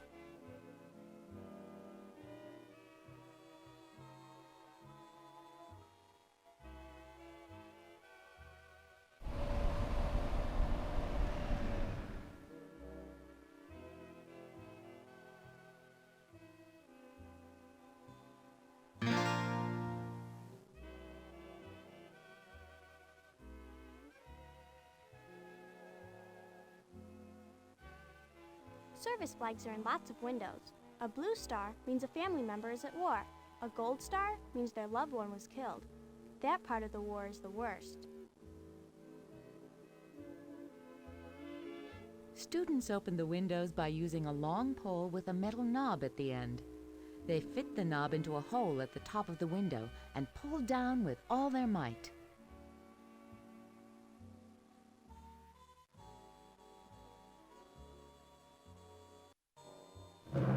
During air raid drills, students practiced what to do in case of an enemy attack by sitting on the floor under their desks.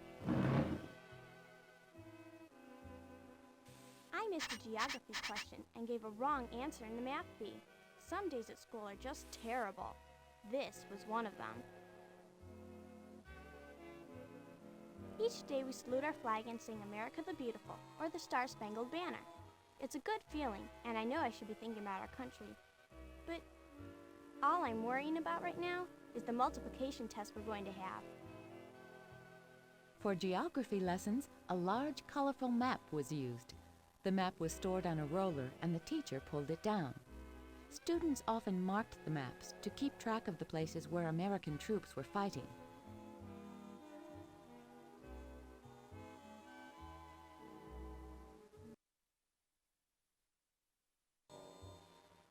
Many people gather here to talk and listen to news of the war on the radio.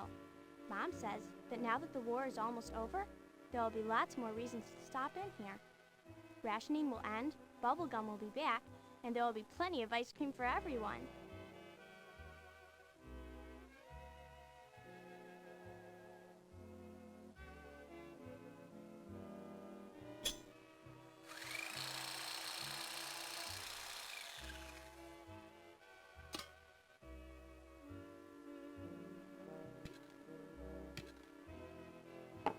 Ice cream sodas were made with flavored syrups kept in a refrigerated syrup rail. When chocolate was scarce, sodas with flavors like lemon and pineapple became popular. Scales, like this one, gave you a fortune or a movie star's picture, along with your weight.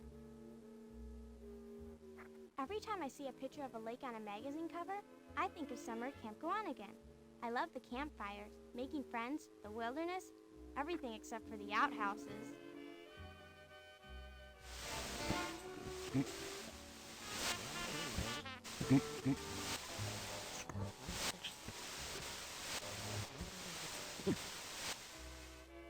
I remember when we heard Dad on the radio, wishing us a Merry Christmas all the way from England. During the war, many doctors were called overseas for war duty. In communities where there was a shortage of doctors, people got medical advice at the pharmacy where medicines were sold.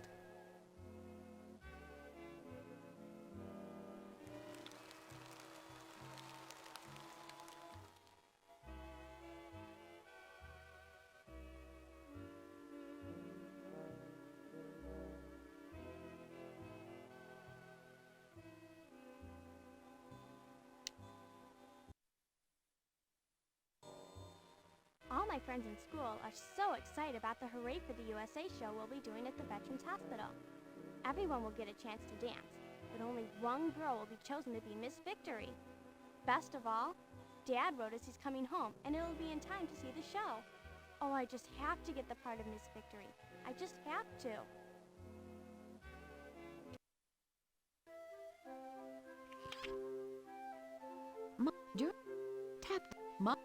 During the war, tap dancing was very popular for girls in the 1940s. Molly knew all the steps in the Miss Victory dance by heart. Molly's boots were called galoshes. The word galosh goes back to the 1700s. Molly needed 2 colors of shoe polish to keep her school saddle shoes shined. Saddle shoes were first popular with golfers, but by the 1940s, everyone wore them for both play and work. During the war, stockings were hard to get because cotton and nylon were needed for the military. Girls wore short socks that used less fabric, called anklets. Molly was lucky to have a pair of comfortable sneakers with rubber soles. Rubber was hard to get because of the war. During the war, stockings were hard to get because cotton and nylon were needed for the military. Girls wore short socks that used less fabric, called anklets. Molly's tennis shoes might have been keds. The name for keds came from combining kids and ped, which is Latin for foot. During the war, stockings were hard to get because cotton and nylon were needed for the military. Girls wore short socks that used less fabric, called anklets.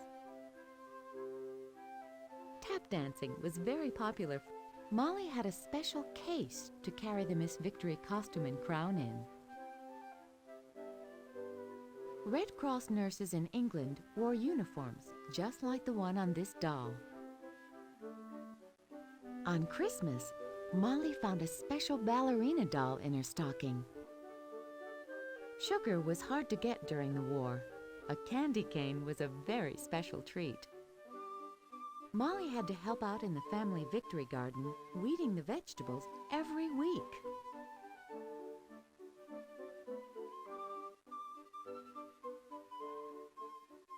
During the war, seed companies sent pamphlets telling people how to grow and tend victory gardens. Molly used flashcards to study for tests, like the multiplication contest. Children in 1944 expected fewer sweets in their trick-or-treat bags. The war made sugar hard to get. Molly spent weeks learning how to curl her hair so it would look just right with Miss Victory's crown. Molly's rain hat, or sou'wester, got its name from fishermen who lived where a wind from the southwest usually brought rain. Molly wore an official Camp Gowanigan hat with her uniform. It was similar to the caps worn by Navy commanders. Instead of gold braid, Molly's hat had the camp logo on it. In Molly's time, birthdays were dress-up occasions, and the birthday girl always had a crown.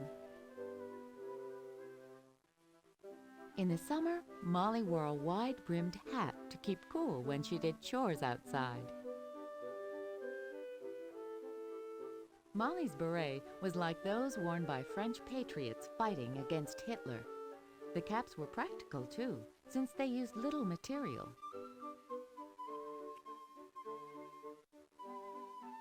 Molly spent weeks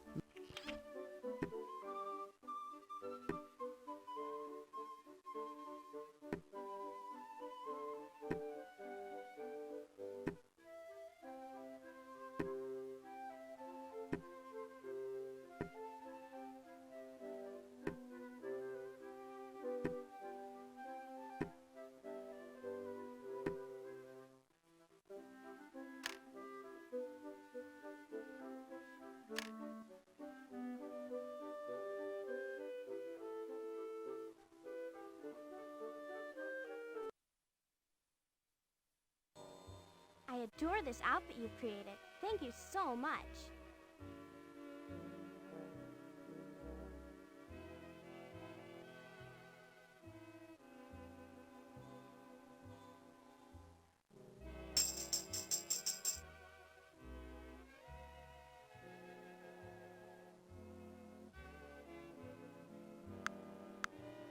Metronomes were used during music lessons. The metronome had a pendulum that swung back and forth to make loud clicking sounds. The metronome kept a steady beat, even if the student musicians couldn't always keep up with it.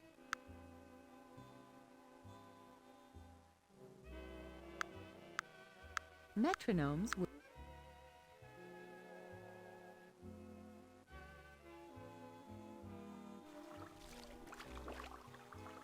In 1944, there were only 48 stars on the American flag because there were only 48 states. The flag did not have 50 stars until Alaska and Hawaii became states in 1959.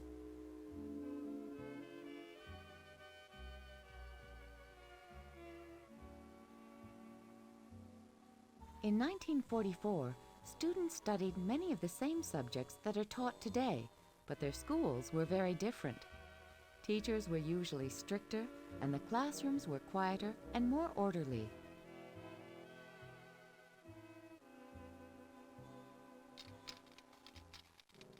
Students often used models to study the solar system. In 1944, most information about space came from looking through telescopes.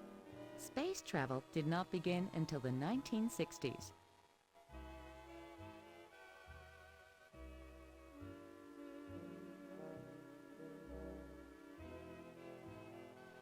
My friends and I save dimes and quarters to buy defense stamps.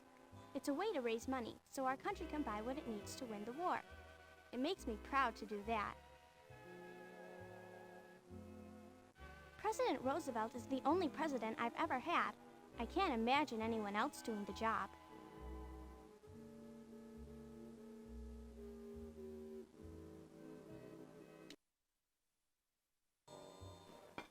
I thought that if my hair had beautiful curls, it would help me get the part of Miss Victory.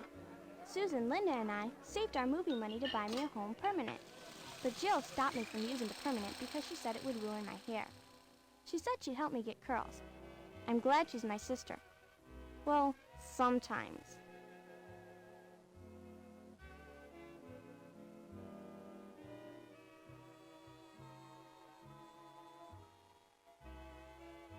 Milkshakes were made in tall metal cups called milkshake pitchers. The cups just fit under the milkshake maker, which blended the milk, ice cream, and flavoring together.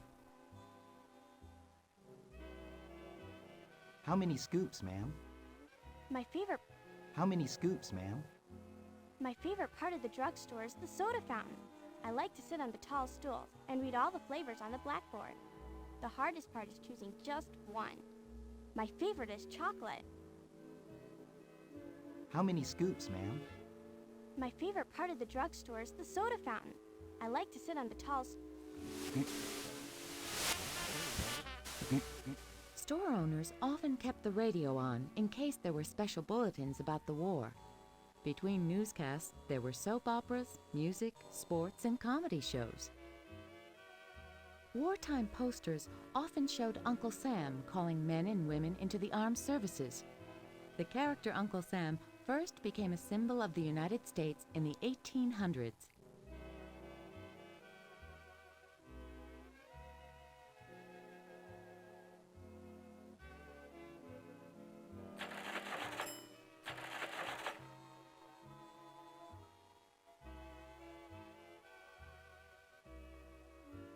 To save on gasoline, people rode the bus instead of driving their own cars. People could buy bus tickets at the drugstore and catch the bus right outside. To save on gasoline, people rode the bus instead of driving their own cars. People could buy bus tickets at the drugstore and catch the bus right outside. I had to keep my head wet so I'd have curls to help me get the part of Miss Victory. I got the part, but I also got a fever. I'm feeling so awful that I can't even eat breakfast. Oh, I can't be sick now. I just can't. But I am.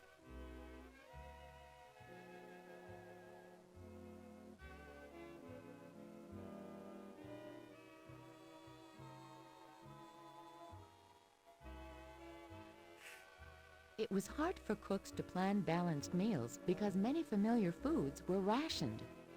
Cookbooks were filled with tips to make cooking and meal planning quick and easy. Women who spent most of their day at war jobs had little time to cook.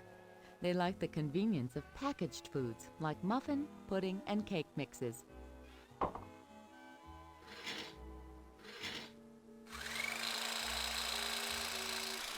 The 1940s kitchen was called a maidless kitchen because most households did not have servants.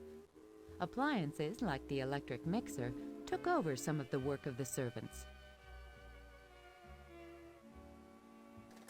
With the food shortages, Mrs. Guilford has tried to make bread out of some very strange things. Most were okay, except the red bread she made with tomato juice. Yuck.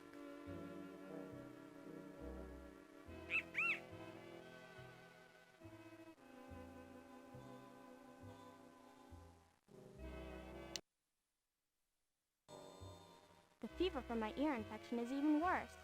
I feel miserable, and I'm all alone in the house, and I can't be Miss Victory.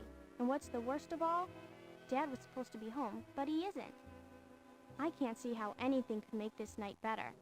I'm home. Can't be. Hello? Can it? Is anybody here? It is. It's Dad. This is the best night I can imagine.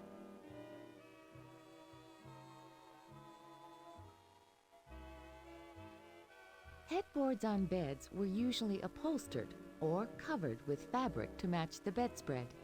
This headboard, with its red and white striped trim, looks quite patriotic.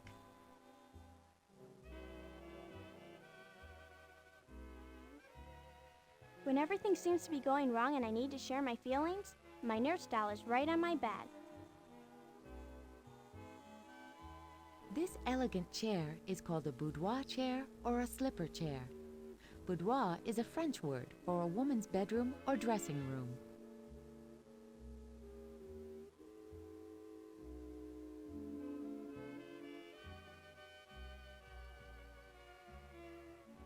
When Emily was here from England, she told me that she'd never had skates, so we shared mine. I didn't realize how much fun skating on one skate could be.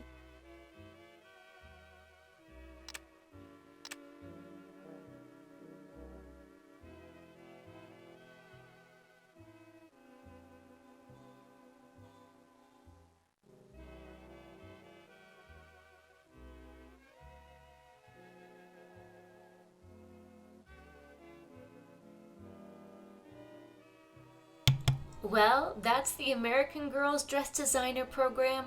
I hope you enjoyed. Wasn't it fun going to each girl's world and seeing all the different things that they had to grow up with?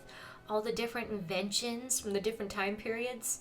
I absolutely loved history growing up in school, and the American Girls just made it so much fun to picture the time periods they lived in. So I really hope that this brought a smile to your face. If you enjoyed this gameplay, give it a thumbs up, leave a comment down below. Which girl's time period was your favorite? Let me know. Was it Felicity, Josefina, Kirsten, Addy, Samantha, or Molly? My favorites have always been Felicity, Samantha, and Molly. But I always thought Kirsten was kind of cool because she had a very close name to mine, Kristen. Just literally swap 2 letters around and there you go. But yes, leave a comment and of course subscribe. For more nostalgic gaming, check out the playlist in the description box to see more American Girl. Remember, you are special and loved. You are never alone. You're always welcome to come back and hang out anytime. Until the next video, God bless. I will see y'all later. Bye-bye, everyone.